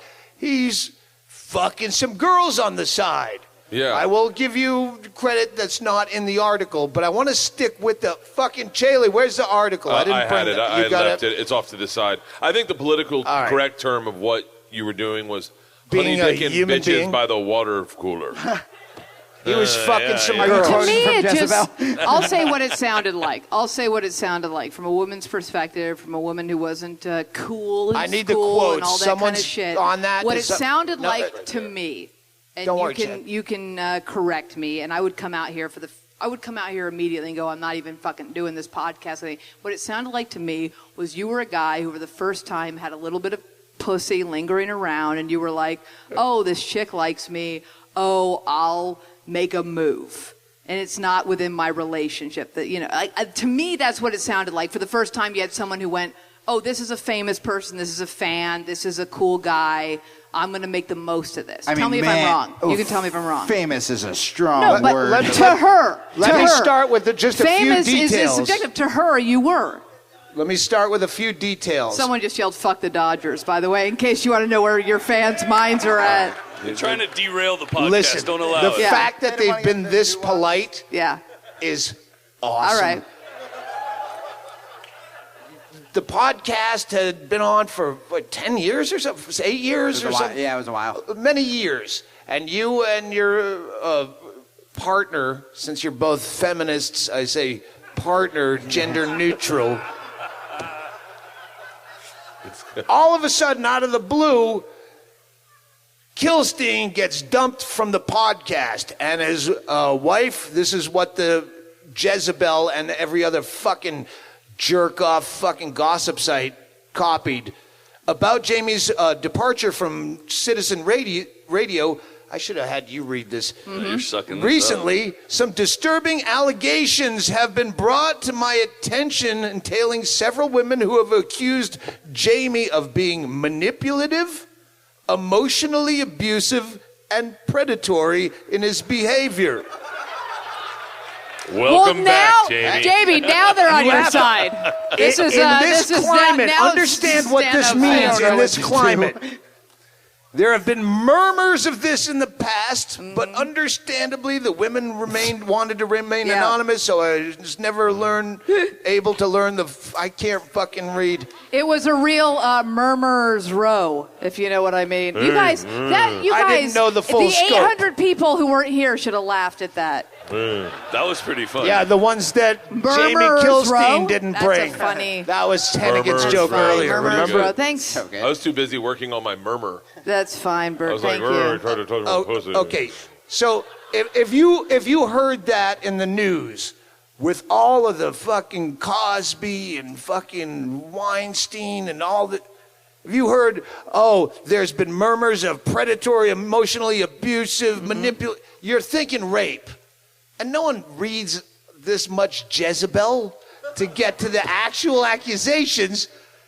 So they Jamie Kilstein's a rapist. And a lot of comics, because you didn't defend Tosh. for a rape joke. I said you and your wife were the comedy team of Shat and Freud. A lot of people loved the fact, but then no one did read it. And when I read through it, because when all this shit went down, the internet in comedy circles is blowing up, and everyone's kind of happy. He got shit on. Even I like you, but I was happy. Yeah. Because you were so fucking preachy on your dumb feminist show. But I still, both times when you got done with Rogan and he tore you apart and you were getting shit on, I texted you. I remembered when you were a cuddly tool in my bed in Baltimore. Yeah. I texted you a nice thing, weather the storm. Yeah, I'll say this. And this I do. You know, I'm trying to be careful because that article is. I'm going to get to the meat. Full of shit. But I will say this, and this is like semi cheesy. But I was telling Bert backstage, the only people. And my girlfriend was out of town at the time. I was like, she's going to break up with me. Everything was going. When all this stuff was breaking, I was Googling ways to kill myself. Side note, if you Google how to kill yourself, the first site that comes up, it's like, here's how you kill yourself, and you click it, and it's a lie. It says, like, don't kill yourself. You have a lot to live for, and you get rickrolled in, like, your fucking time of need. And it's garbage. It's fucking bullshit. I just needed to know how to tie a fucking knot right, and I couldn't do that. So then I was like, I'm going to be the guy who's like... You had to join the Boy Scouts to try to make a noose. No, I got kicked out. Look up how to kill yourself? I got kicked out of the Boy Scouts. I don't trust They let girls in the Boy Scouts. I couldn't do it. I don't know why you got to look up how to kill. How to kill yourself isn't like, oh, what's the name of that actor that I fucking? I know I remember how to kill myself, but I didn't. Which Wahlberg was it? No, I just wrote like the most painless ways to do it. Easily, you should have just done your act into the mirror, and you would have bored yourself to death.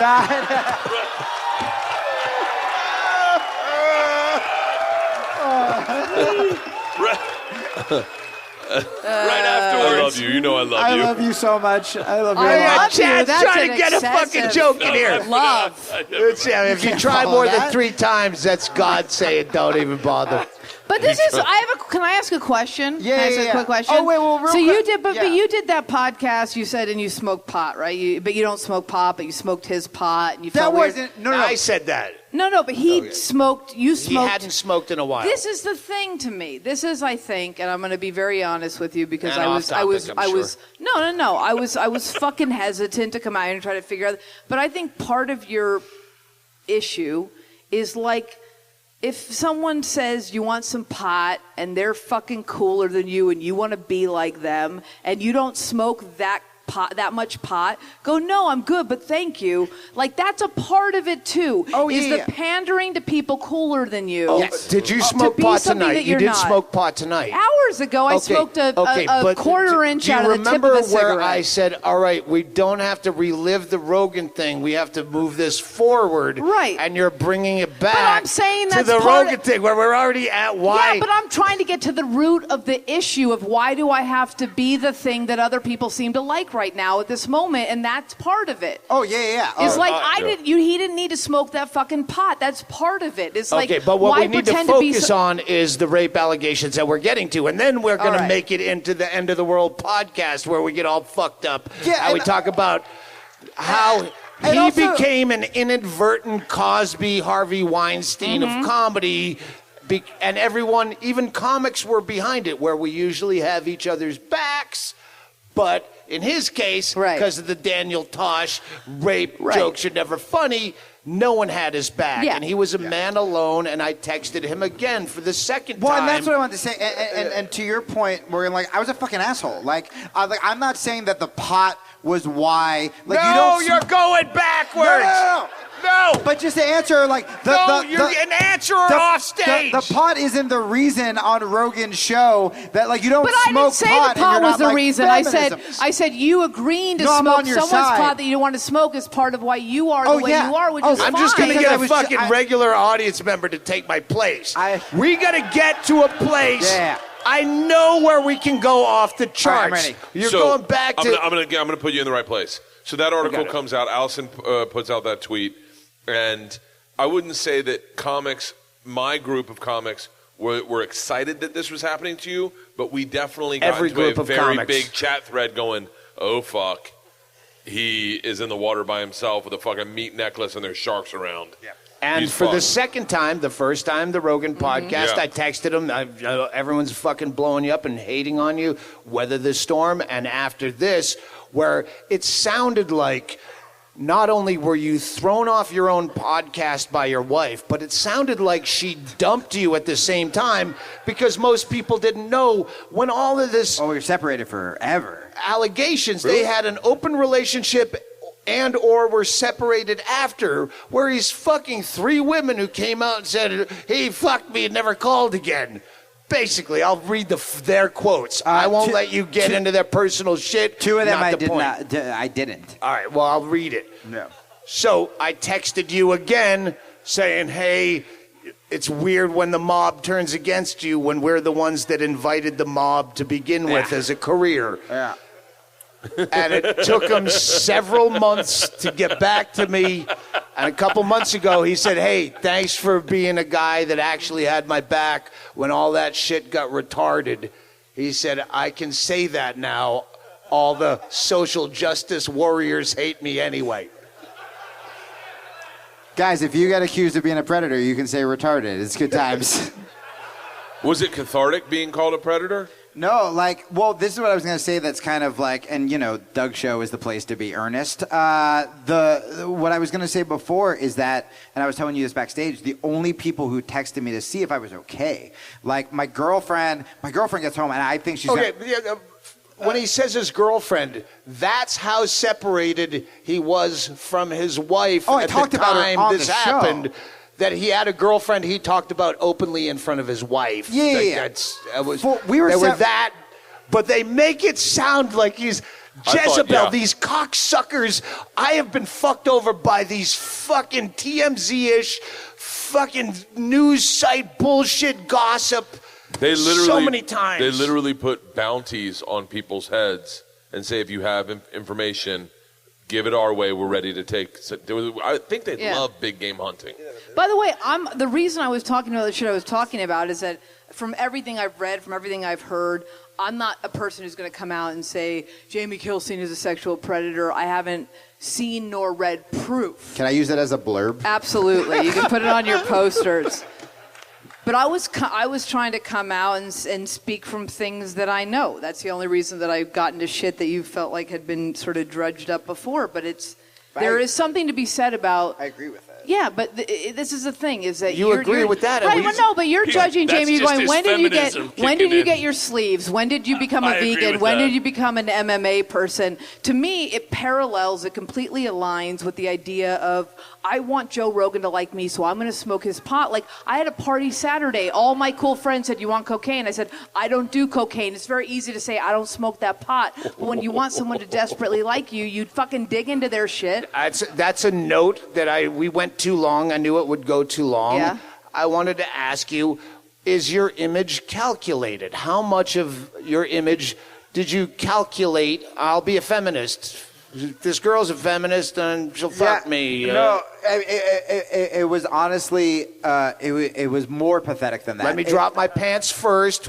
We talked about this too. Yeah. When I first started getting compared to Bill Hicks, I didn't try to be Bill Hicks, but I guarantee you part of my head was going, oh, they say I'm the next Bill Hicks, I should be more socially relevant. And yeah, that does fuck with you. So how much were you guided by finding a niche? It wasn't even trying to find a niche. It was that I would just cross off the groups who didn't like me. Like I would show up to a group and then they would not like me anymore, and I would go next group, I guess, and then they would not like me, and I would go slam poetry. Pretty much I like guess. grammar school. Became a feminist by process of elimination. And there had to be something. There had to be something somewhat intoxicating with righteousness. Yeah, well, that's the thing. Oh, I know that. If I became dude. like And alcohol. No, but that's true. That's so true. Where if I became, an alt-right comic, I think that'd be part of me knowing I was selling out comedians. Like if I was just like, hey, that Kill the Jews closer is a little rough. Like I would have figured it out before. Like I still believe at its core, it's like sexism is bad, racism is bad, homophobia is bad. Like that shit's easy. I just didn't notice that creep. And it was the first time that I had fans, and it was the first time that I was being called smart, and it was the first time that, even though I felt dumb around these journalists, that I felt like I had like friends, and I never felt like I broke in that much with comedy. But what happened is you became so preachy Yes. that everything that he was preaching against women, don't ever blame the woman. The woman's always right in a rape case. Well, dude, don't question but that. Then it fucked you because on the all surface, these that chicks seems like a good thing. On the Please hold. surface, it seems like believe women who... Dude, I had this moment where I literally spent a fucking year being like, hashtag believe all women, and then I read that fucking article and I wanted to be like, hashtag don't believe women. And like, it's just like... Summer cunts! Let me get some quotes. Let me get some quotes. And this is all anti-Kilstein, obviously. He's a feminist. Thanks, man. And look what he did. But when you get into the minutia, for years, Kilstein was a prime example of how a good progressive man should act. But multiple women have recently come forward with stories about being singled out by the popular comedian they had long Popular's admired, not right. who say he exploited his status and feminist principles to make sexual advances towards them. I would love We to see hear the that. obvious problems with popular.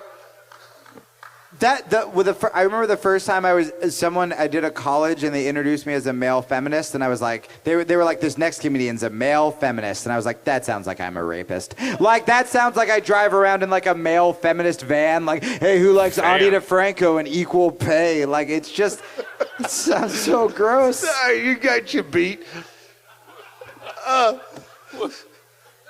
First of all, there's so much of this that is fucked up. Here's the problem with the progressives is they eat their own. And they did it with David Cross. David Cross's chick comes out and stands up for women, and then the progressives turn on themselves. He said ching chong ding dong.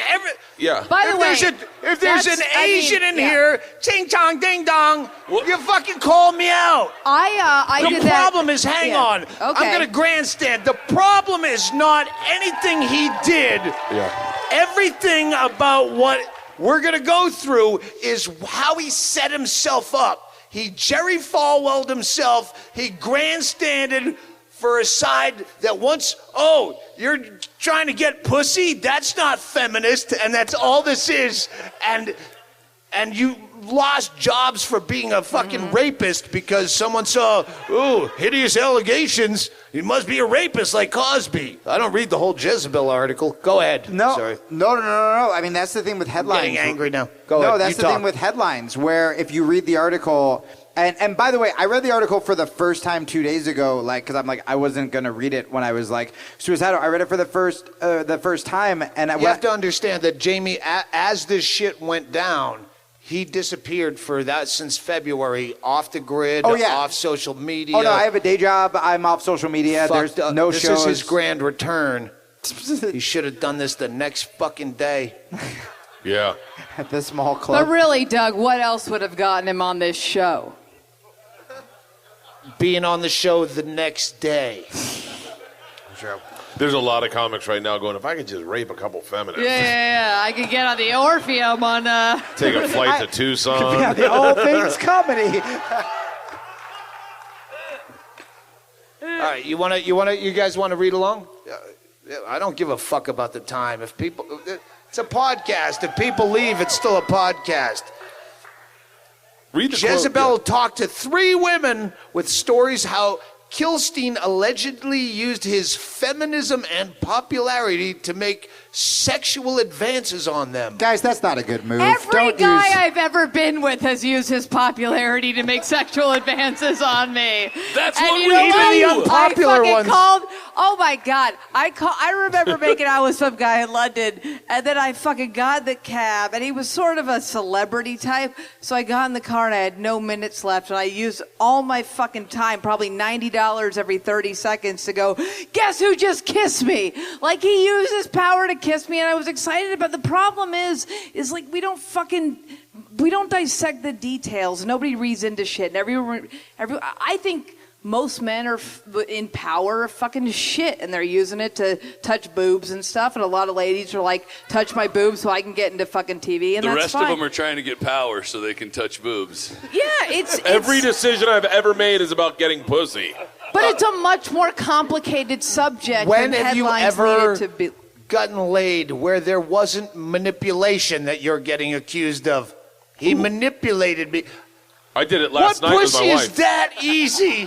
Well, Yeah, I go, you have no idea how many people are going to be at my show in Phoenix. If you want me to fuck another chick, that's cool, or you can blow me tonight. And she was like, okay.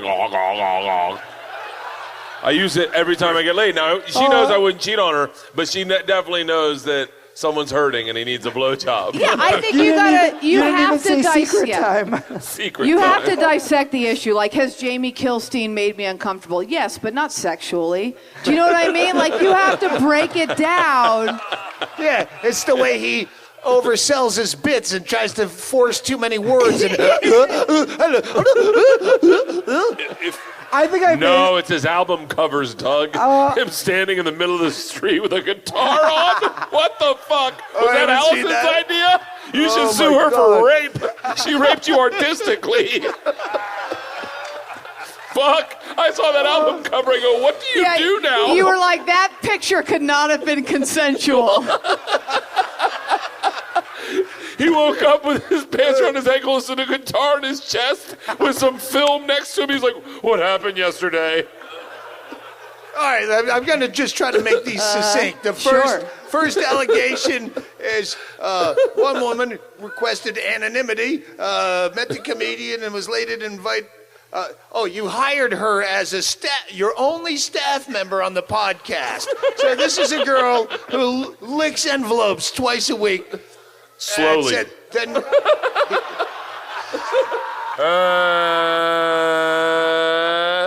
one more, Jamie. On a webcam. Totally asking for it. is this commission or is it by the hour? Is it by the envelope or the hour?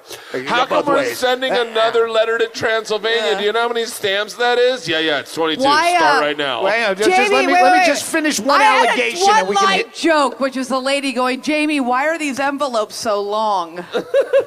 Because she wanted her to lick them the whole time. I was going to tell a fucking joke. Go ahead, Doug. And the humidity changes when I sit by at the the way, stool. I got to do it on my Jamie- knees. I just Jamie want you to Kilstein can learn something by this podcast, which is I just I'm wanna okay being disliked by you and your fans. That's what you have to learn. Is you got to go. I don't want that pot. I don't care if everybody hates me. When I came out Doug's and I not a showed fan, the his crowd fans all the are- notes and the beats, how I was going to beat out, like, measure the story, and I go, it will never work. It's because I know that you're going to fucking talk over all of it and bring it back to Oh Rogan. yeah, I brought it No, down. you, the That's whole what panel, fucking the happened. whole It was panel. it was really. It's not just at you. a- You it was think- at a. It was when I at say a the fucking- collective you, you All think right. it's you. I'm sorry. That's you. You're right. It was at a peak when I got out here and I All right, drug it just down to the let me- fucking. Can I just get one allegation out? Go ahead.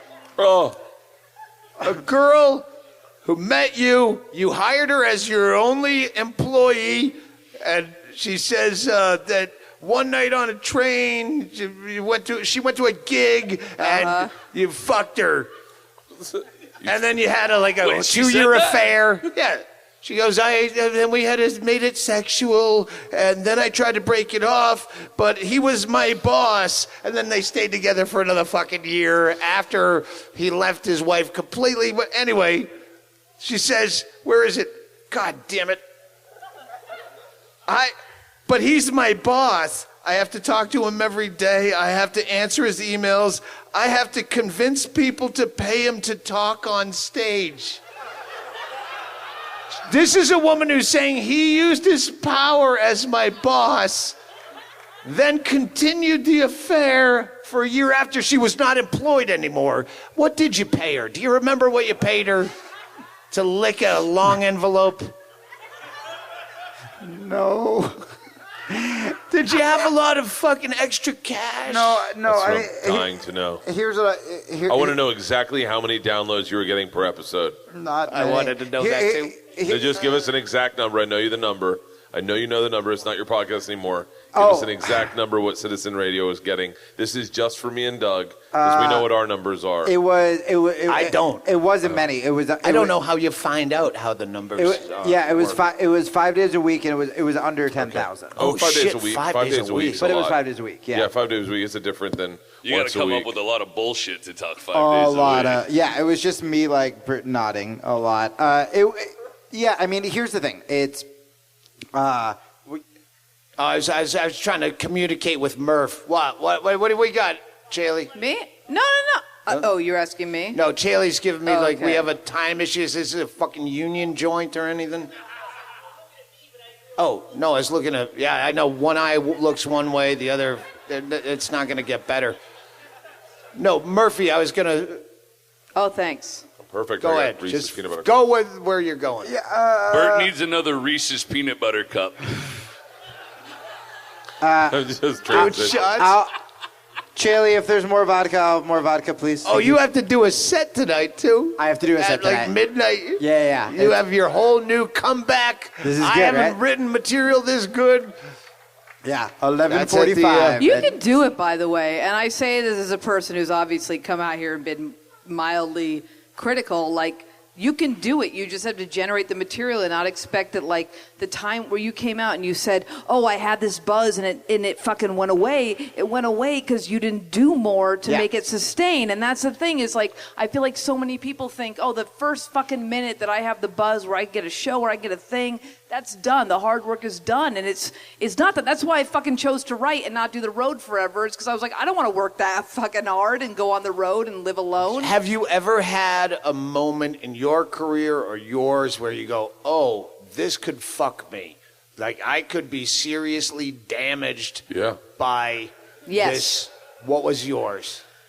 Mine was, I was super young. I was very lucky to have been given some work very young as a writer. I mean, 22, 23, whatever, 21, and I was dating a guy. It was everything fucking comes back to sex. I was dating a guy. I thought I was in love with him. Blah blah blah blah blah. Somebody started dating him immediately after me who told me to leave him. And then they were in the same circle as a very big person who had the control over my life. And I called their sibling a cunt. And it was it was because of a guy that I was jealous. It was so stupid. But for a year, I was like, I threw my life away, my career away, because my heart was broken. And then someone I know was dating this guy. So I started calling everybody a cunt. And then I fucking destroyed my career. It didn't happen, but I thought I did that because I reacted, very impulsively. Bert? Oh, I've had a number of them. We're not counting early, like, open mic. Oh, I got fired from this open mic because I said a bad word in the bachelorette party. I went on professional. I went on Rogan's podcast after I found out Jay Moore told the Tracy Morgan story on his special. And I That's who it. I shit on when I did weed on Rogan's podcast. Yeah. He's kind of a cunt. I woke up the next morning and I felt like a traitor because I hadn't kept company line. Like I was like, you're not supposed to talk about people stealing. You fucking ratted out someone that you shouldn't have ratted out. You should have just kept your mouth shut and been a soldier. And then I was really fucked up over it. And I was like. And then every one of Jay's friends just went after me. Fans went after me and tried to destroy me. And they're like, you should have kept your mouth shut. You gave that story. I was like, I didn't give him the story. And I really and then Jay sent me a text that was like probably the meanest text I've ever about I'll never have a friend again. But don't you always go after the person who's stealing? No. But I'm asking him. Don't you always go after who's stealing? No. I've been stolen from twice. Yeah. Once by one of the biggest comics in the country right now. and I won't Me ever. too. I won't ever rat them It's out. in the book. Well, there's a side to it. But I'm not. I've absolved him, but I still fucking jab him. I'm not. I don't go after him anymore because I don't want the headache. I'm a better comic than everyone that's stolen from me, and I'll just write more stuff. But the problem is This would be a great waking up point for Chad to just take off your shirt. Take off just rip off his shirt and kill a beer.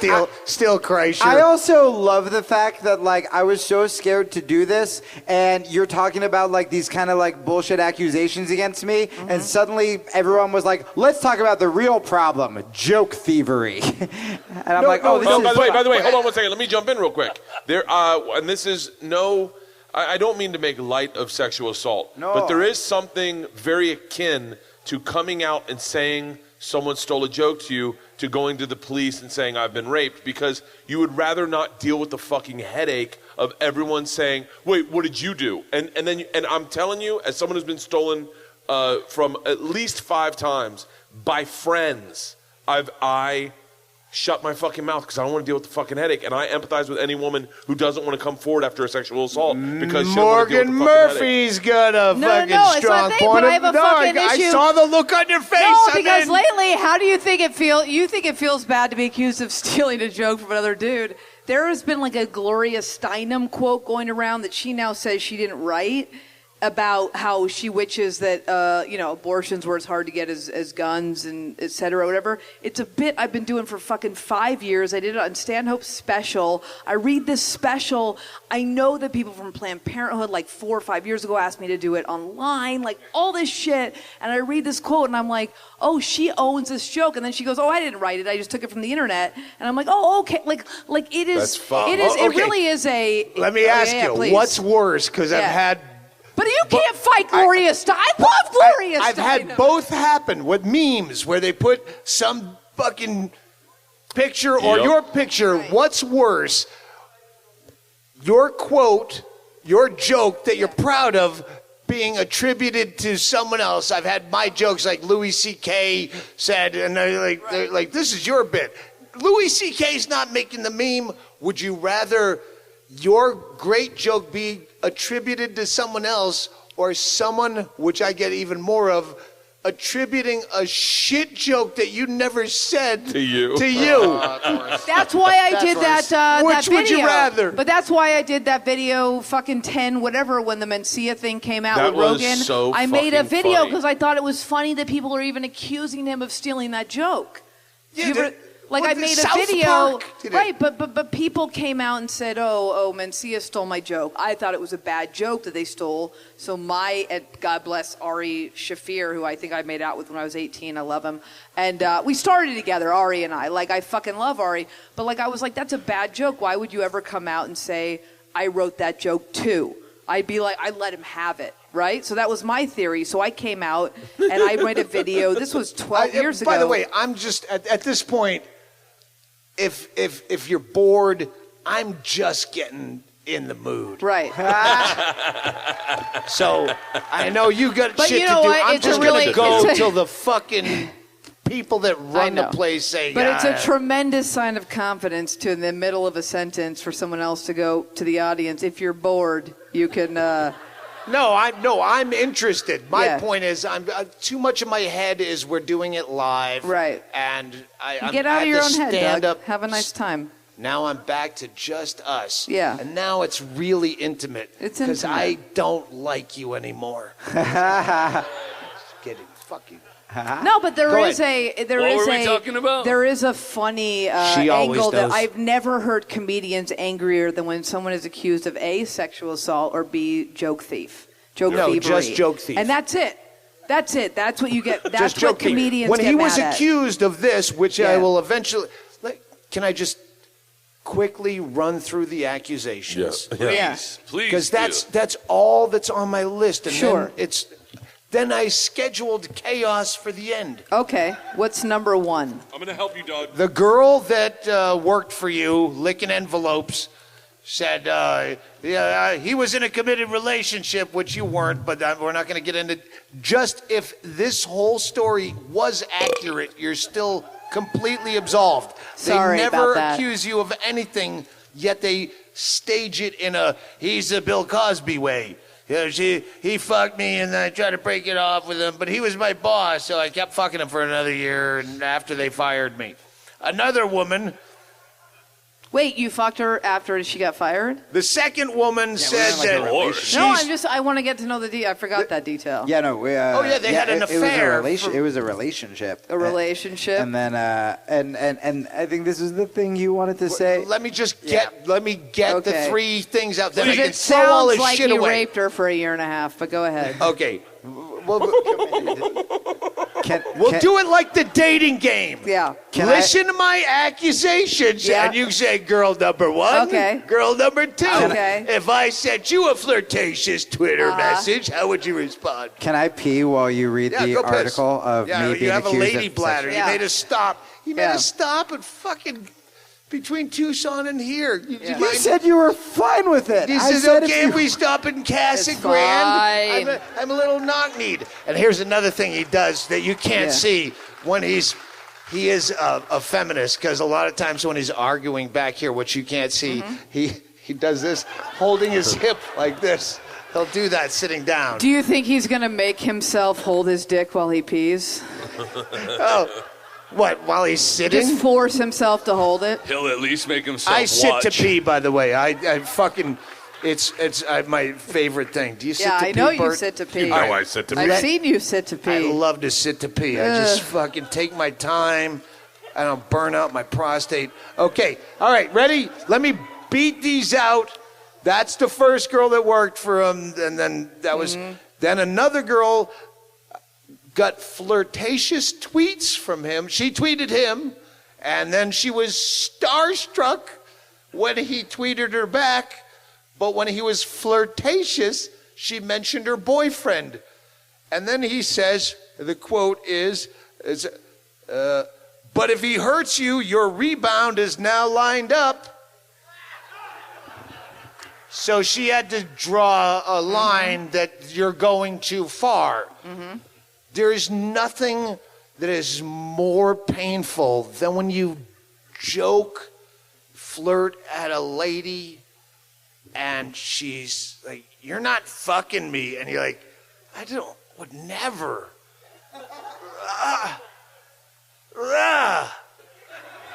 That's allegation number 2. He was too flirtatious. And then the third one, some chick he fucked in a hotel. This is the best. We also didn't have sex. You didn't have sex with her? Nope. Yeah, that. What she says. Did you try? No, we. He said, "I was." Did your dick go in any part of her body that went let me in? just get to the fucking part. I'm sorry for asking a question. Well, you don't know the story. I can make these succinct. She went to a show in Nashville. She offered to show us a band. You're in a band. I don't even want to get into that bullshit. Actually, I do, because that's actually the most important point is next. I'll get quick with this. She offered to show the band a good vegan restaurant, but Kilstein wanted to hang out with her alone. This is like the worst fanfic I've ever heard in my life. Essentially, he charmed me back to his hotel that night. I chose to go. And then she alludes to the fact that she fucked him. And she said later on his feminist podcast with his wife, he allegedly said, and even Jezebel had to fucking put an asterisk. Months later, Julie heard Kilstein refer to women he'd slept with on his tour as road fucks. On a podcast, Jezebel was not able to find this episode containing the quote. How can you write that as a journalist? As someone, her words, as someone who listens religiously, I knew that he was speaking about me. First of all, a feminist podcast, you probably never said road fucks ever. You meant it, probably didn't say it. No, I didn't say road fuck next to like my wife on the feminist podcast. Like, yeah, we weren't talking about like all these like we wouldn't be like hashtag me too. Also, I got some pussy in Nashville last night. Like, that's fucking insane. And the fact that you can report that and then write asterisks, we couldn't find it, because that's not journalism. Because what journalism is right now is just fucking writing an article where you just copy and paste a bunch of fucking tweets, and that is journalism. But that This is the most important before we let this is Bert why I shouldn't be drinking. You need a drink? No, I have a very full fifth one. This is the most important part of the fucking hanging lynching of Jaime Kilstein, because the Harvey Weinsteins and the fucking Bill Cosbys, yeah, there's evidence to back it up. They're presenting evidence that in their own evidence says nothing other than, yeah, he fucked girls or tried to. This is the worst. Guilty. This is the worst. Don Giovanni Records, and fucking write that down as though anyone knows them, which released Kilstein's political punk bands album. We don't want to know his music. We've heard his comedy. The headshot speaks for itself that Bert was talking Don about. Giovanni Records, which released Kilstein's album, also severed ties with the performer. We believe all of the women involved and were able to come to a swift and easy decision without having to hear Jamie's side of the story or anyone else's. Witch hunt. That's exactly the problem. Everything about Me Too, everything about you defending fucking women is good, but when it gets to a place where you can't believe another's... We don't need to hear the other side of the story. We just believe you're a fucking... By the way, you had a disturbing allegation. Fuck him! The person who named Don Giovanni Records got into the business to fuck soft chicks. You don't name it Don Giovanni. I bet his name is Don Giovanni. He's like, yeah, I bring her in here, I finger fuck her, I give her a deal. Absolutely. Bingo, Bingaman. Hang on. There are incoming... What? Okay, there's incoming allegations that Jaime Kilstein was sexually inappropriate with Bingo on the drive from Tucson. She said that when you read a passage out of her book out loud and said that it was a really funny... She said you said it in a lecherous tone that led her to believe she was unsafe in the backseat. Hey, let's do this beat. We're just getting weird, but I want to. You have a girlfriend that you mentioned. Yeah, I have a girlfriend. Diana, let's bring Diana out. Diana, come. This is really happening? Yeah, this is really happening. No, stay there. Just stay there. Come, Diana, come. Whose lap do I get to sit in? I was. Who's gonna get you the farthest in the business? That guy.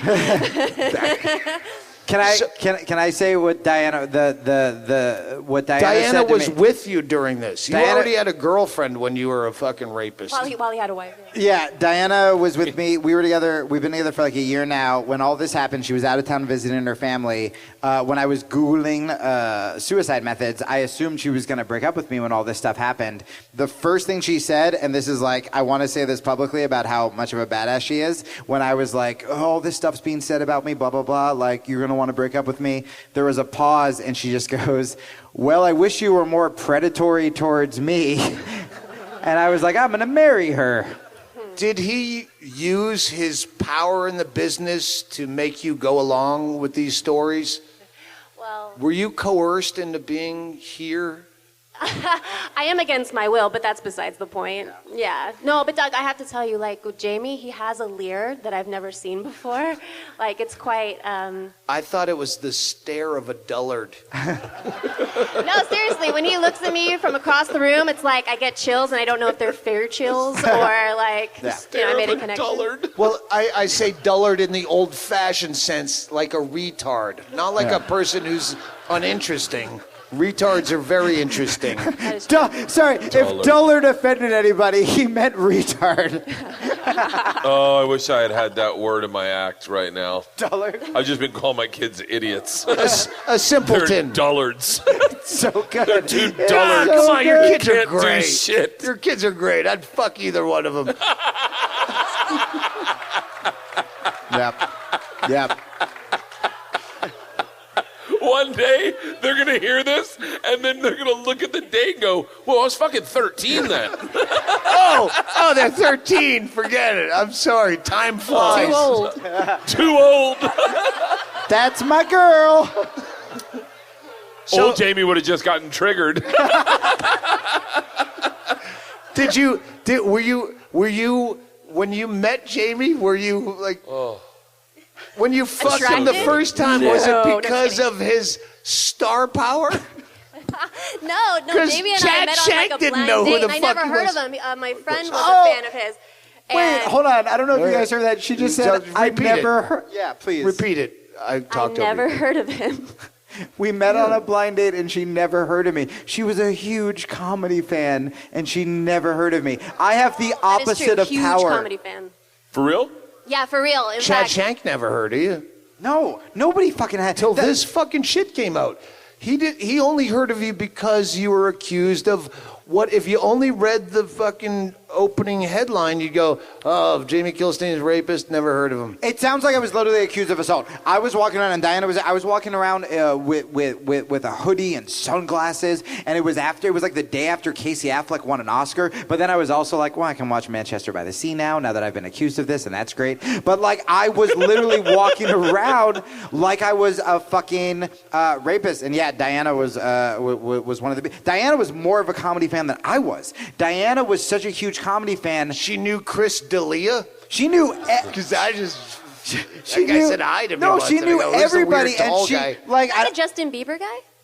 He's Yes, the tall, he's a Justin Bieber He's guy. a She tall, was, good-looking guy she that was- I assume comedy? sucked because he's good-looking. She was very sad about CISO. That's how big. You know a what? I comedy almost fan she subscribed to was. CISO, so don't mess around. she literally. In fact, I love comics so much that I stopped saying my favorite because, like, every time I declared a favorite comic, they would die. So first it was Mitch, and then it was Ggreg, and then it was Patrice, and I was like, I'm not declaring any more favorite comics because I don't want them to die anymore. Like, this is ridiculous. So. Well, you know what? Nobody Now said my Ralphie. next favorite comic is Doug.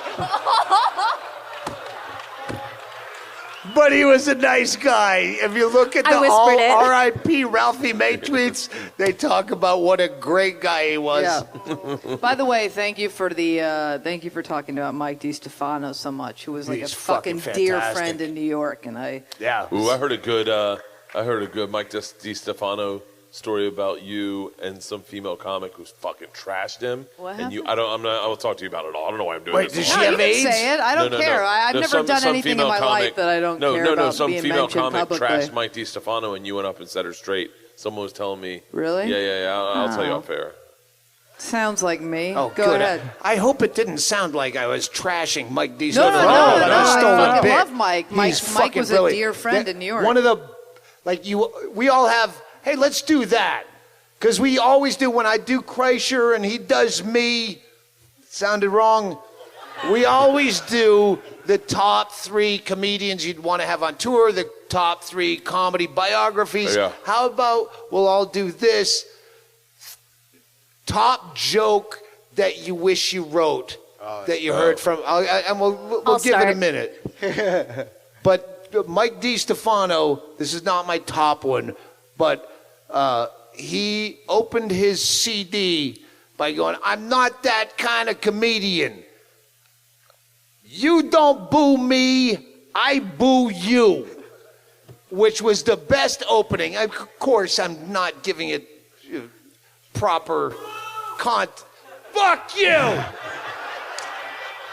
He was a All great. right, hey, you know what? hang By on. the way, Jamie Kennedy wants. no, but I was his. That is the worst accusation that's been I thrown was at me going to tonight. threaten him with 15 minutes of your act, but I made it worse by saying Jamie Kennedy. Wait, you're not Jamie Kennedy? Oh no! All right, I'm going to leave. Does anyone want to host my podcast for me? What was it? Oh, jokes you wish you'd written. Yeah, I was going to let you marinate on that. Were we in a thing? Are we done with this? Is he exonerated yet? Not yet. And I'll tell you why. Okay.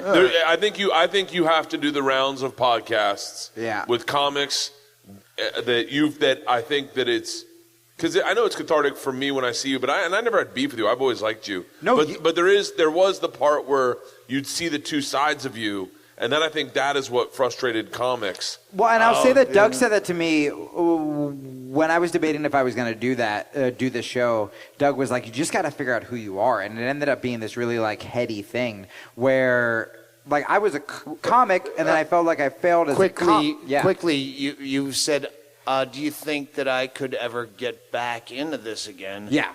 And I go, "Well, if you work it right, Steve Ranazizi."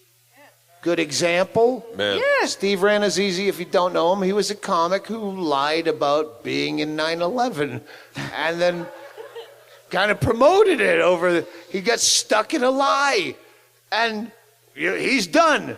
It's basically a Trump story where you go, oh, he's fucked. I can grab all the pussy in the world. There's no way he could ever move forward. He did. I'm not saying Steve Ranazizi had enough clout as a comedian. He never said...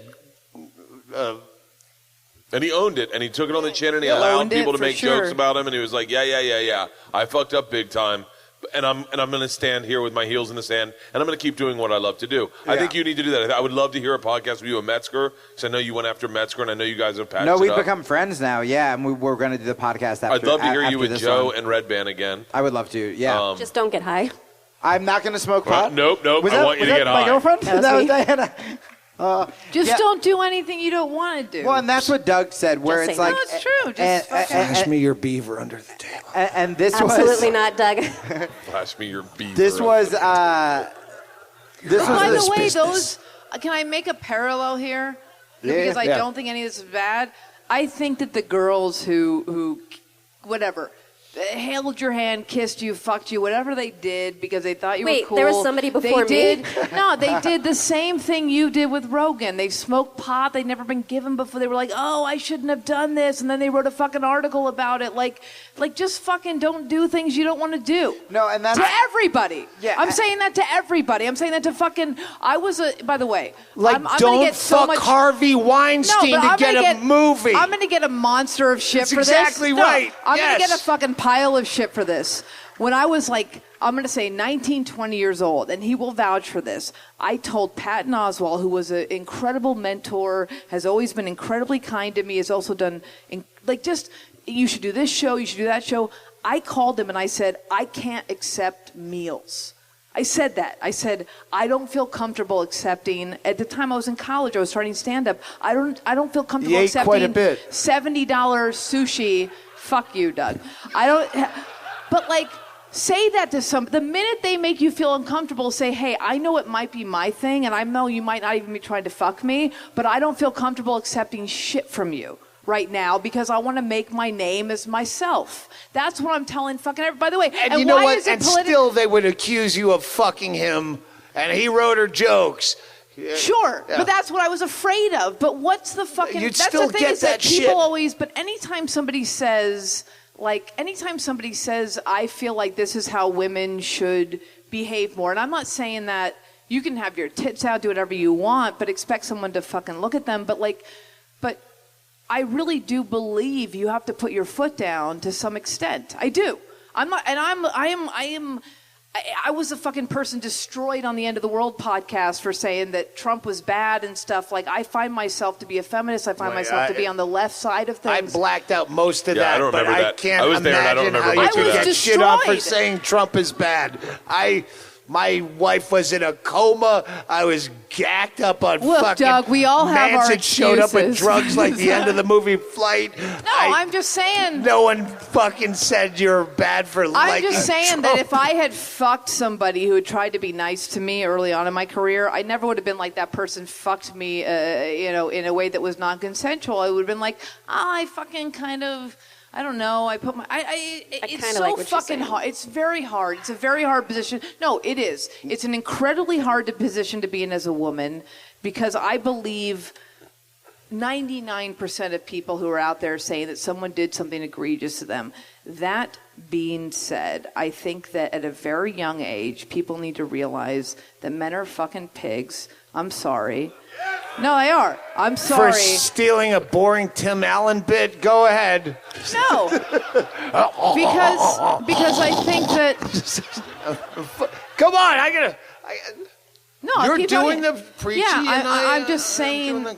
I'm just saying that there are ways to say I'm not comfortable with that, and I'm gonna get shit for this, and I fucking know that, and I'm not defending anybody who does anything excessive or egregious or rude even, but I'm not defending. I'm just saying that when you get tits, tell people I don't want that. If this was I don't mean CNN, that. then you just had your Van Jones allotted Yeah. amount of time, and you have to go to the other screen. And I'll say that yes, the lines are being redrawn where egregious is trying to get laid. At what point? Every one of us, we do comedy at the lowest level. We were using that to try to get laid. We're not exerting our power over someone. You use what you got to try to get pussy.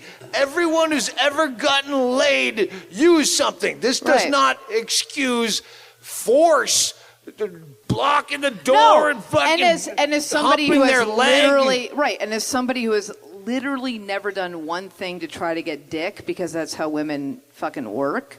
I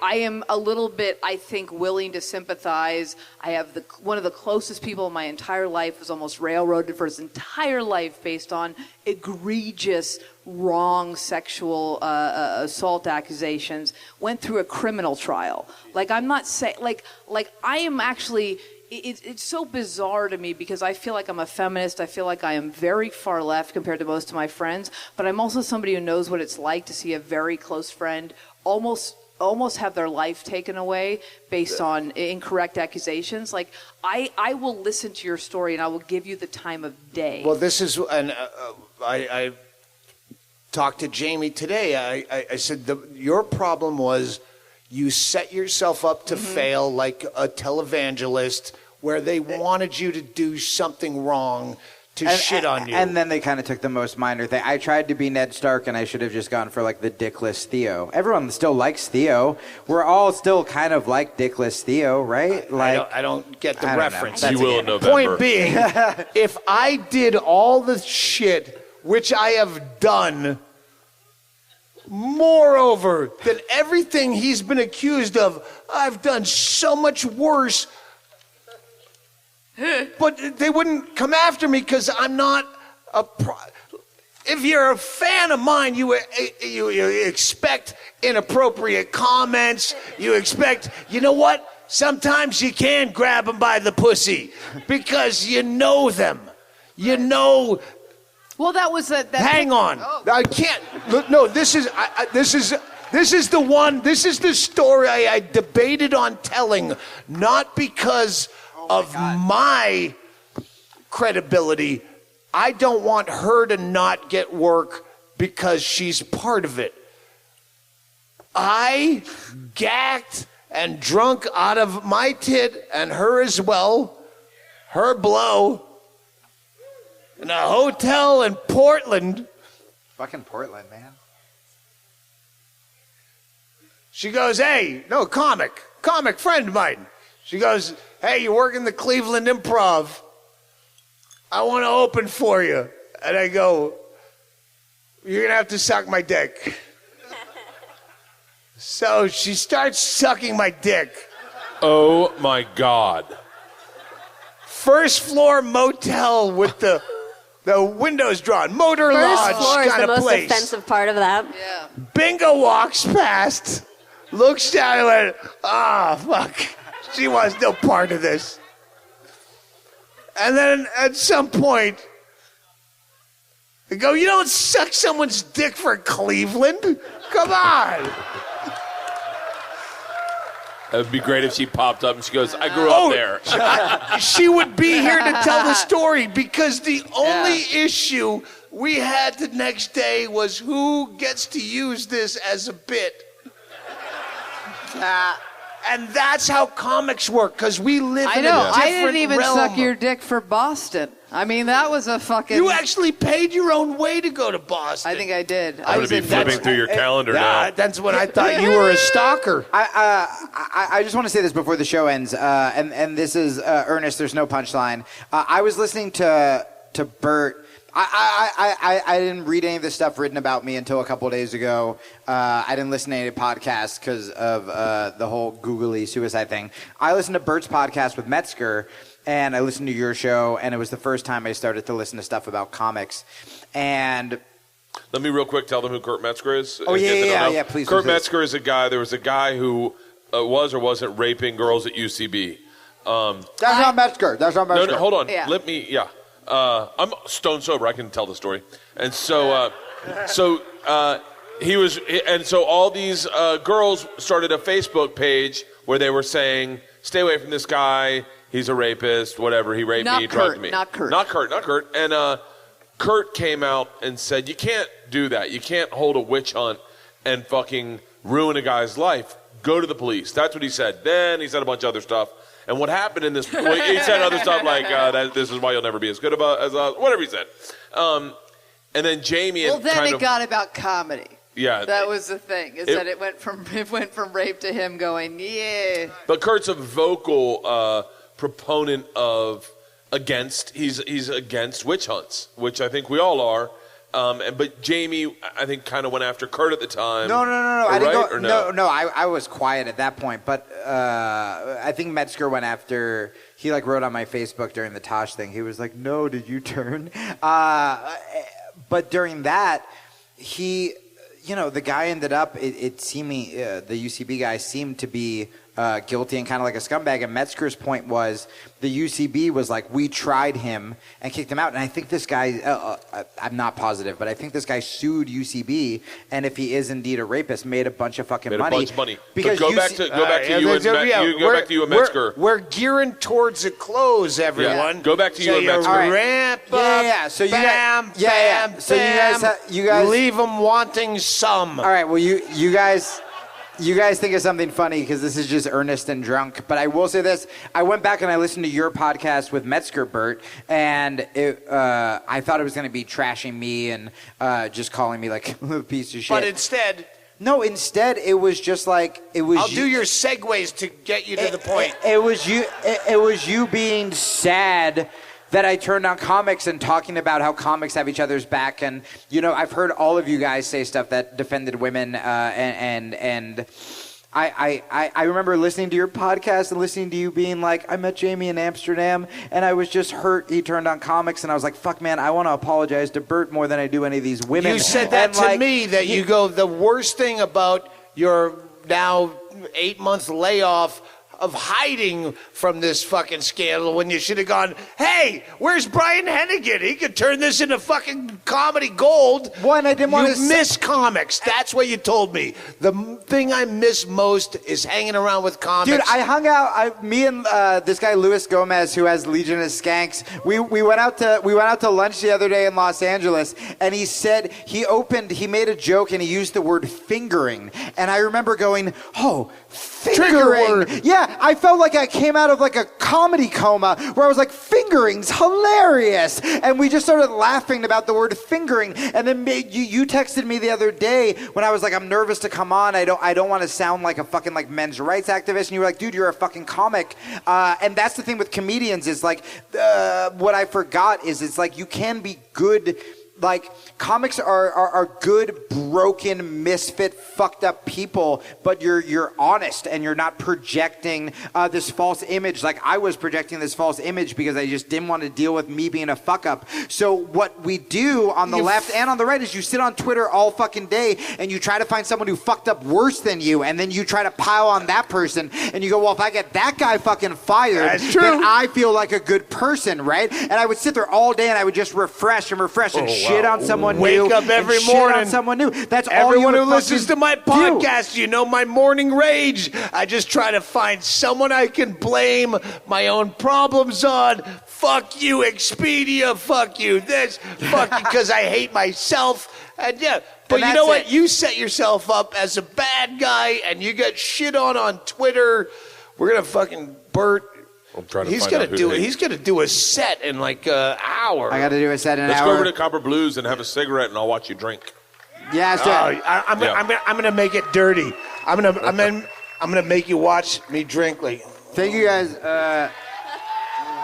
Well, Jamie, I will say on behalf of comics, it's good to have you back. Oh, thank you, man. It's good. Can I make a joke? My readers. just make sure when you get home, tweet. Saw that rapist Jaime Kilstein. Yeah. Yeah, Don't do that. Can you guys write some new articles so I don't look like a rapist if someone fucking Googles me? Well, that's your own fault for not fucking tackling this. And don't care about that. Just don't care about people liking you do your thing. Well, no, it's different when the first three things that come up on Google about Jaime Kilstein, Jezebel, sexual indiscretions, fucking, and one of them actually calls him a rapist. He almost got fired from a job. Yeah, you should have had better fucking PR skills. Chad Shank. Ggreg Chaille. Princess Diana. Morgan Murphy. Jaime Kilstein. The Machine. Bert Kreischer. Show him your Thank you, tits. guys. Show him your tits. I'm using my powers to see. I just want to go to Cleveland.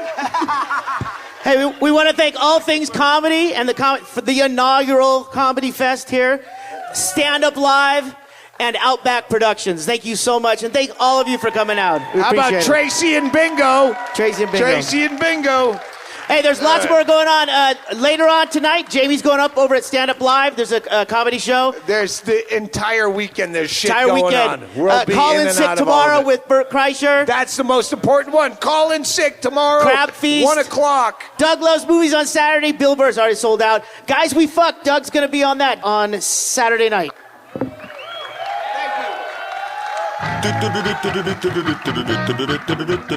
Party time.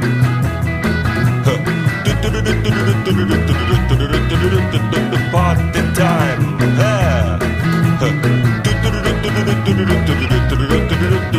Party time.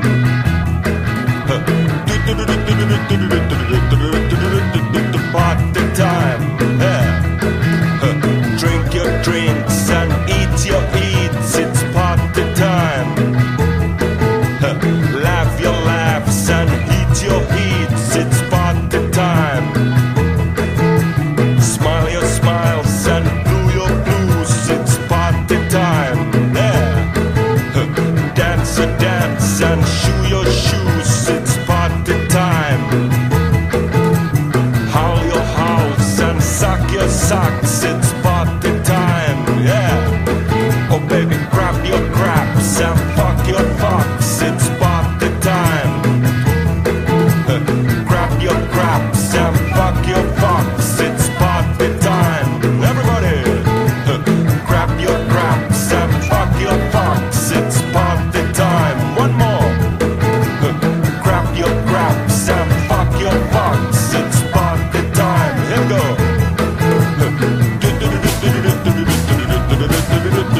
Party time. Yeah. Party time.